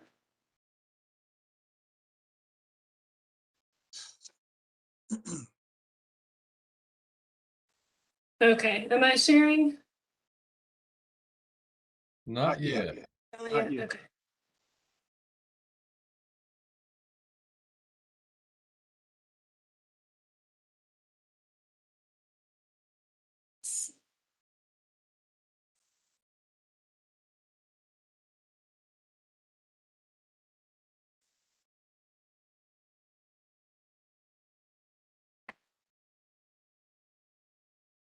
Okay. Should be able to see it now, I think. Yep, you got it. Okay, excellent. So good evening, everyone. Thank you so much for having me. I'm here tonight with Jen Pendershot. She's also on the call. We're both residents of the Homewood Hills neighborhood. So we're here to present the Homewood Hills Sidewalk Gap Project. So moving just around the corner from Prince Avenue and everything that was just discussed in the last presentation. The mission statement and goals, these are in your packets, and I'll just briefly touch on them. It's a three-part mission statement. So number one, to aid in the implementation of community master plans. Number two, to increase community health and quality of life. And number three, to provide environmental benefits by reducing vehicle miles driven. So a brief summary of the project. It's a pretty small, straightforward project. There's currently a gap in the existing sidewalk network. It ends right where my cursor is at the Homewood Village Shopping Center, and then picks up again up here on Janice Drive, which then connects to Whitehead Road. So this in yellow is the proposed project area, and you'll notice we are just outside the loop here, and it forms a connection between Jefferson Road and Whitehead. It's about 3/4 of a mile of sidewalk. And the main goal is to increase pedestrian activity, not just for Homewood Hills, but for nearby neighborhoods as well. So there are other additional residential areas just adjacent that would also benefit. Just a snapshot here of current conditions. This is a major thoroughfare through the neighborhood. provides, like I said, connectivity to other neighborhoods and between those two major roads of Jefferson and Whitehead. We also currently have a lot of pedestrians that already walk this stretch. They just do it in the street currently. So we commonly have people that are walking to nearby retail, to transit stops, or just for recreation as well. I want to touch on the equity component of this project. You know, a main goal is to provide that safe transportation option for residents of all ages and all abilities. And I would add all incomes as well, as, you know, it doesn't cost anything to use a sidewalk. So providing that access to everything I just mentioned and everything that is inside the loop, because it would provide that connectivity over the loop as well. Just going to run through the compliance with adopted plans, starting with the comprehensive plan as, you know, the overall visioning document for the community. So there's several places in the community goals and needs and opportunities sections that call out equitable access to infrastructure and sidewalks within neighborhoods as top priorities. It's also in our community work program to plan and implement pedestrian infrastructure within this time period of 2021 to 2023. This also feeds into the Envision Action Agenda, Envision Athens Action Agenda, which has a main transportation goal of increasing the range of transportation options in the community. So that does include walking. And a top priority action there is to support bike and pedestrian infrastructure through respective master plans, like the Athens in Motion plan, which is most pertinent here. These are the top goals, as I'm sure you've seen already, of the Athens in Motion plan. The first three are really in line with this project, you know, creating that pedestrian network, providing safe access for all citizens, and then making it easier for more users to use active transportation. Lastly, I want to touch on the Greenway Network Plan. There is a proposed extension up in this area near the project area, which is just here again. So currently there's not pedestrian access to that proposed extension, and this would provide that connectivity. There are a number of project criteria that are pertinent to the project. I want to touch on these three mainly. So number one, access to existing public facilities. There are a lot of nearby resources that are not currently accessible on foot. So we have Whitehead Road Elementary School, a couple of retail shopping centers, the YMCA, Bishop Park, all pretty nearby, and that would provide connection to those areas, as well as I mentioned, just inside the loop and everything else that Athens has to offer. And just a couple more existing conditions photos. On the left, you know, the sidewalk going over the loop into Normaltown. And then on the right is the other side of the neighborhood, showing that sidewalk and crosswalk up to Whitehead Road that currently exists. And the second project criteria I want to discuss is promotes increased usage of the transit system. This is also a main goal of the project. We have 2 transit stops very nearby, so one at Homewood Hills Shopping Center and the other on the other side at Whitehead Road and Quailwood Drive. So currently, like I said, there's not a pedestrian route for most of these residences to get to those transit stops.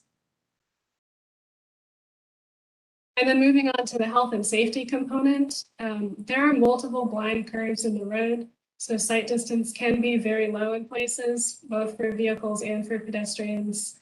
We have a 30-mile-an-hour speed limit. It's pretty frequent that we see people going 30 to 40 and sometimes topping 40, particularly at peak hours when they're commuting to and from work. It is that known cut through between 2 major corridors. We also have a high number of senior citizens as well as young families, as you know, the neighborhood continues to kind of turn over from original homeowners to younger families. So the ultimate goal here is to move those pedestrians that are already there out of the travel lanes and increase safety for everyone. Again, a couple of existing condition shots. You can see both of these photos have blind curves that decrease visibility. And in the right-hand one, you'll see this is typically, where people are walking currently. Then I want to go through the triple bottom line, starting with social impacts. So as you all know, there are a number of positive social impacts of sidewalks, from promoting physical activity and mental health, providing that increased accessibility and that equity component that I discussed earlier, as well as encouraging more connectedness between neighbors, more opportunities to meet neighbors. There are some economic impacts of sidewalks. It typically enhances real estate values. So that does have a positive benefit on the county's tax digest. And it also has the potential to increase foot traffic to nearby retail. And then finally, as far as environmental impacts, the goal here is to reduce vehicle miles driven, hopefully reducing emissions and improving local air quality. I'm going to turn it over to Jen for just a minute to talk about the community support for this project. Hi, everybody. How are y'all doing? Okay. Can you hear me okay? Yes. Okay, great. Well, Grace and I spent an afternoon just walking up and down and talking to all of the neighbors on South Homewood and it's Valleywood, right, Grace? I always get that wrong. Yes. Okay, yeah. And there was really overwhelming support for creating sidewalks on this stretch. Like Grace said, we have a ton of new young families moving into the neighborhood that have young children who are often, riding their bikes or their scooters or walking their dogs on this road. And it's a little terrifying to watch the cars scream by. But not just that, we have a lot of support for being able to move from the neighborhood out into the city on safe sidewalks. Of the no's that we received, it was mainly from people who've been through this process before. And although they said no, they also said they wouldn't stand opposed to the project. So we're really excited about the opportunity to speak to y'all tonight. And I just wanted to let you know how excited the neighborhood was for this as well. Yeah, definitely. Thanks so much, Jen. And just lastly, I'll just briefly touch on the construction costs. I think the technical staff added a couple $1,000s during review. That's not reflected here, but the overall, project cost is just over 1.3 million for that 3/4 of a mile of sidewalk. So that is the presentation, and we'll be happy to answer any questions that you guys have. Thanks so much. All right. If anyone had their hand up from before, please bring it down. Otherwise, I'm going to thank you. I'll start with John, then Patrina.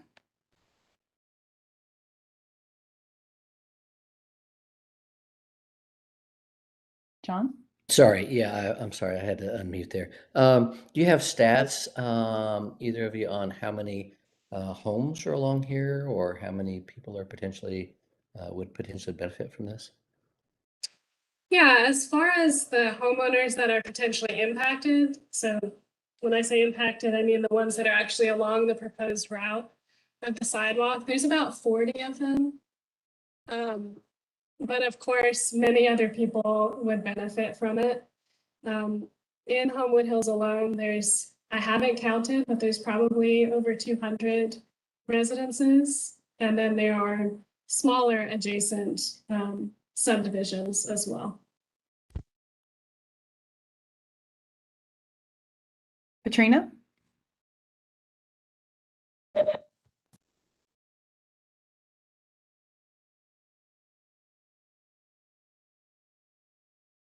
Patrina, are you there? Are you muted? I thought I heard her. Patrina, can you hear me? Sorry, it's going.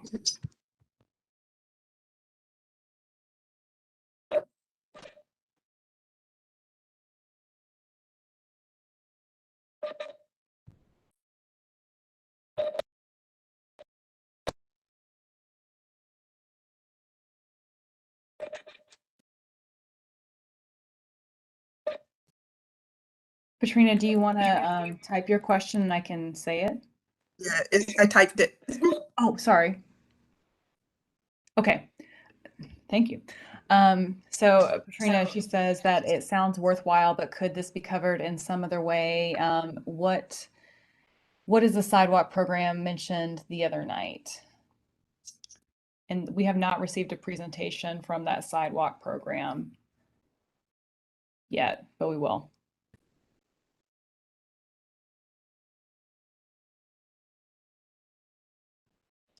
And Frank has his hand raised.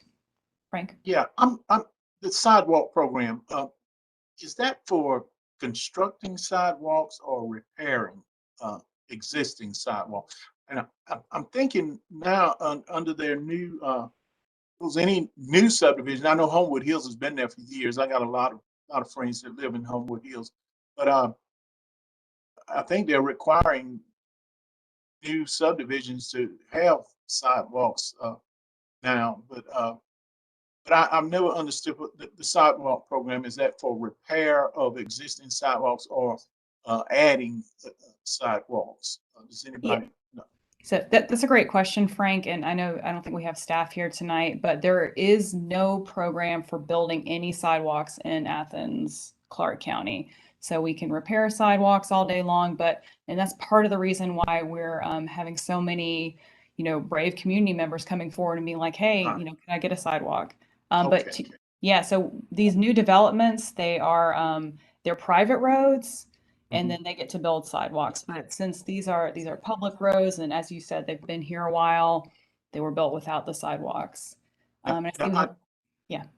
I do know, excuse me, but I do know that I live in a subdivision that's fairly about 10 or 15 years old, and they built the sidewalks, but the county does maintain the sidewalks once they're built.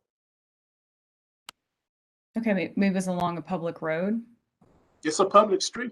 Okay, yeah. Then then they probably had to build the sidewalks, and then we maintain them, as you said. Yeah. Do you have some clarity there, Frank? No, I said that the developer built the sidewalks with the subdivision, but the county has maintained them. Right. I meant to ask if you felt like you had the clarity you needed. Oh, yeah, I did. Yeah, thank you. Thank you. Jeff, then Jennifer. Yeah, I just wanted to point out that in past SPLOST projects, maybe 2010, I don't know about more recent ones, they did have a gap filling project. So to cover gaps in sidewalks where they've been built from individual subdivisions. But yeah, the Clarke County, I forget the size of the subdivision, but over a certain size, sidewalks are required. And a lot of planned developments require sidewalks. And so, but yeah, once the street is turned over to the county by the developer, the sidewalks are conveyed with the street, and so they do come under our public maintenance. Thank you. Thanks, Yeah. Jeff. Thank you, Jeff. That's a great point. Yeah, we have funded our sidewalk construction with SPLOSTs and with private developers by requiring that. Jennifer? Any right-of-way acquisition required for this sidewalk project, or is it all in the right-of-way, public right-of-way? Just from talking with staff, it looks like right-of-way acquisition is probably going to be in order. They, of course, don't know until the time of design what that would look like, but we do have about 10 or 12 feet of right-of-way on either side of the street. There probably will still be some areas that need additional right-of-way though. Thank you.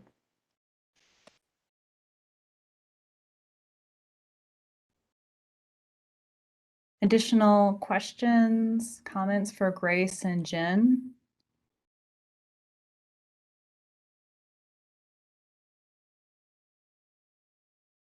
And so, so to be clear, there's a sidewalk along Janice Drive, and there's part of a sidewalk on Homewood Hills Drive right about until the end of the shopping center. And so you're trying to bridge that gap. Right, that's correct. Yeah, just kind of, it was clear the shopping center had to put the sidewalk in when it was developed, and then the neighborhood that came later on Janus had to put the sidewalk in, but Homewood Hills is one of those older neighborhoods where it was not required. And so Right. trying to kind of go back and fill in that gap. Great. Jeremy? I would just like to ask the ladies in the neighborhood a question, and it does seem like the last time I was in there, this section that you guys are talking about does seem like one of the narrowest sections of the neighborhood as far as street width. Is that an accurate statement?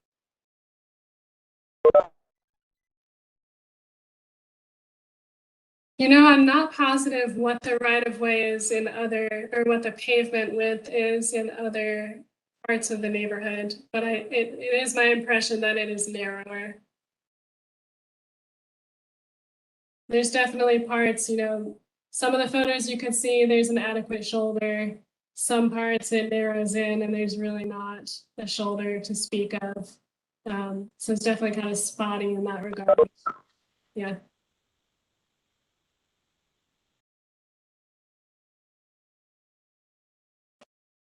Additional questions for Grace and Jen? Thank you. Yeah. Well, all right. We thank you guys for coming to present your sidewalk project. We know that forum was a beast, and we thank you for taking. Thank you guys. Yes. Appreciate that. Thanks, everybody. Thank you. All right, y'all. Well, that brings us to the end of our presentations for tonight. And I think it's good that we have the opportunity to finish a little bit early because we will be back here tomorrow night. It's a long week. So thank Ashley for setting it up that way, giving us a smaller night. And in general, all the work that she's done to get us our project submissions to review and the presentations together. And gosh, it's a lot of work, and we definitely appreciate her and SPLOST staff. So our next meeting is tomorrow, same time, same place. And then next week we will have just Monday and Wednesday. So only 2 days next week. Okay. Any other comments before we adjourn? I'll be in McDonough, Georgia tomorrow at my daughter's house, and I'm taking my tablet or my laptop with me. I should still be able to join you guys. So I'll be there. All If right. not, if I have any problems, I'll let you know. Gotcha. Derek, did you get attendance for everyone? Is there anyone who came in late? I believe I have it all. Yes, ma'am. Okay. Do you need anything else from us, Derek? Not that I'm aware of. We'll can adjourn if you're so inclined, and we'll see everybody tomorrow evening. All right. I will adjourn this meeting. See y'all tomorrow. Thank you, Lauren. Thank you. Thank you guys. Derek. Good night. All right.